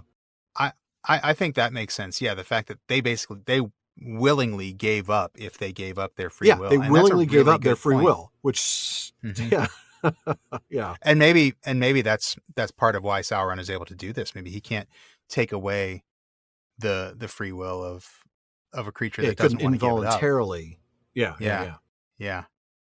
That is really interesting. It's a really good point about them having no will but Sauron's own. Mm-hmm. But it does put us in a little bit of a dilemma because, as we said, free will is part of the gift of Iluvatar to men. It's one with the gift of death. Yeah, it's the flip side of the same coin, right? Right. And if none of the Ainur can take away the gift of death, it seems impossible that anybody, even Sauron, could take away the gift of free will. And as I'm imagining one of the 9 saying, yes, you may have my free will, not like it would ever be quite that direct. Right. But I mean, you could see the Númenóreans saying, yeah, you know what? We want to give up our gift of death. Here, take our gift of death. We I want nothing to do with this gift of death. Right. Yeah. And the Valar couldn't take that away. So it seems impossible that Sauron could take away this gift of free will. That's a good But point. I think maybe the idea of suppressing that will or subverting that will is something that might be within his power. It could be that he's dominating them so completely with the 9 rings that they become utterly subservient to his will. And then at that point, the hold is so absolute that each one of the 9 operates. I almost think of it like one of Aule's dwarf automatons, when he first made the fathers before of the Ilúvatar dwarves. gave them ascensions, right. Exactly, right. It's almost like that. They can only move when he thinks to move them and things like that. So I think it could be something like that, but it's not that Sauron's actually taking their gift away from them. That's fair. And I like this idea for a couple of reasons, actually. First of all, in the passages you read, Tolkien actually says 2 different things. He says that Sauron had primary control of their wills. Ergo, they had wills. Sauron just controlled them. And then he says that they had no will but Sauron's own. Meaning, I think that they had no will that was at odds with Sauron's will. Those almost seem like 2 different things to me. Like, do they have wills and Sauron just controls them? Or do they not have any will but Sauron's own? Okay. But I like the idea that maybe he's just suppressing it so that he has control over them. They don't control their own wills. And I also like that for another reason, which is that Sauron suppressing their wills is very much like what he does with the other gift, with their death. Right? Yeah. He can't truly take away the gift of death. No, he can't truly make them eventually, immortal. at some point, right. At some point, it's going to catch up to them. All he can do is suppress the gift of death for as long as they're under his control. And that's what he's doing with free will as well. And maybe that's what he's doing with free will, is suppressing it, kind of delaying their access to it, withholding their access to it. That's interesting. I mean, this is all semantics. I mean, the truth is, functionally, the ring wraiths don't have any operable free will while they're under Sauron's They are control. not able to make free will choices at this point. Right. Whether it's buried under layers of domination or whether it's been actually removed by Sauron, it doesn't really matter as much as the fact that they simply do not have any will to work with. And that's nothing like what we see with Smeagol. Smeagol doesn't have anything like that kind of control by Sauron. At least not yet. And I don't think he ever will. No, I don't think he will. Absolutely. Well, folks, that wraps it up for another episode of the Prancing Pony podcast. But please be sure to join us again next week when Smeagol has a very long chat with himself. Oh, man. Bring on the extra Gollum juice now. That's going to be a tough night. Yes, it is. Well, we do want to take a moment to thank the team that helps make this show better. That's our research assistants, as well as our Barlaman, Becca Davis, producer Jordan Rennells, social media manager Casey Hilsey, event and Patreon community coordinator Katie McKenna, and our website guru, Phil Dean. And speaking of the website, please be sure to visit us there at theprancingponypodcast.com. We've got show notes, outtakes, Prancing Pony ponderings, as well as our online storefront where you can get all sorts of PPP merch. And definitely check out our library page there. You know we love the books here at the Prancing Pony Podcast, and we have provided links for you to get nearly every book that we've mentioned on the show. Now, we do get a few pennies from the purchases you make there, so thank you for that. Thank you. And now we want to thank some more really important people, our patrons at the Kierdance contribution tier. I'm going to start with DeMay in Alaska, James in Virginia, Tamsin in Minnesota, Chad in Texas, Lance in New Jersey, Paul in Colorado, Jerry in Texas, Bruce in California, Mario in Utah, Seth in Texas, B in California, Joseph in Texas, and Kathy from North Carolina. And then we have Lori from Washington, Carlos in California, Brian from the UK, Ned from Connecticut, Jerry from Washington, Ryan from Alaska, Joe in Washington, Erwin from the Netherlands, Hal from Washington, D.C., June in Ireland, Lucas in Germany, and Damien in Pennsylvania. Thank you all so very much for your support. And folks, please be sure you don't miss any episodes of the Prancing Pony Podcast. Subscribe to the show through Apple Podcasts, Spotify, or whatever your favorite podcast app is. And one last thing, as always, don't forget to send your thoughts, comments, and most of all, your curses for the white face to Barlaman at theprancingponypodcast.com. That sounds like a fun one. It does, doesn't it? And if you Yeah. want a chance to have your actual voice heard, screaming at the moon, you can send us audio of you asking your question by visiting podinbox.com/prancingponypod and record your question for us there. Just make sure to please still send the question to Barliman for us. Yes. Now, Barliman's a lot more reliable lately, but we do get a lot of mail, so we'll get to you as soon as we can, and your question or comment may be featured on a future episode. As always, this has been far too short a time to spend among such excellent and admirable listeners. But until next time, Farewell, friends.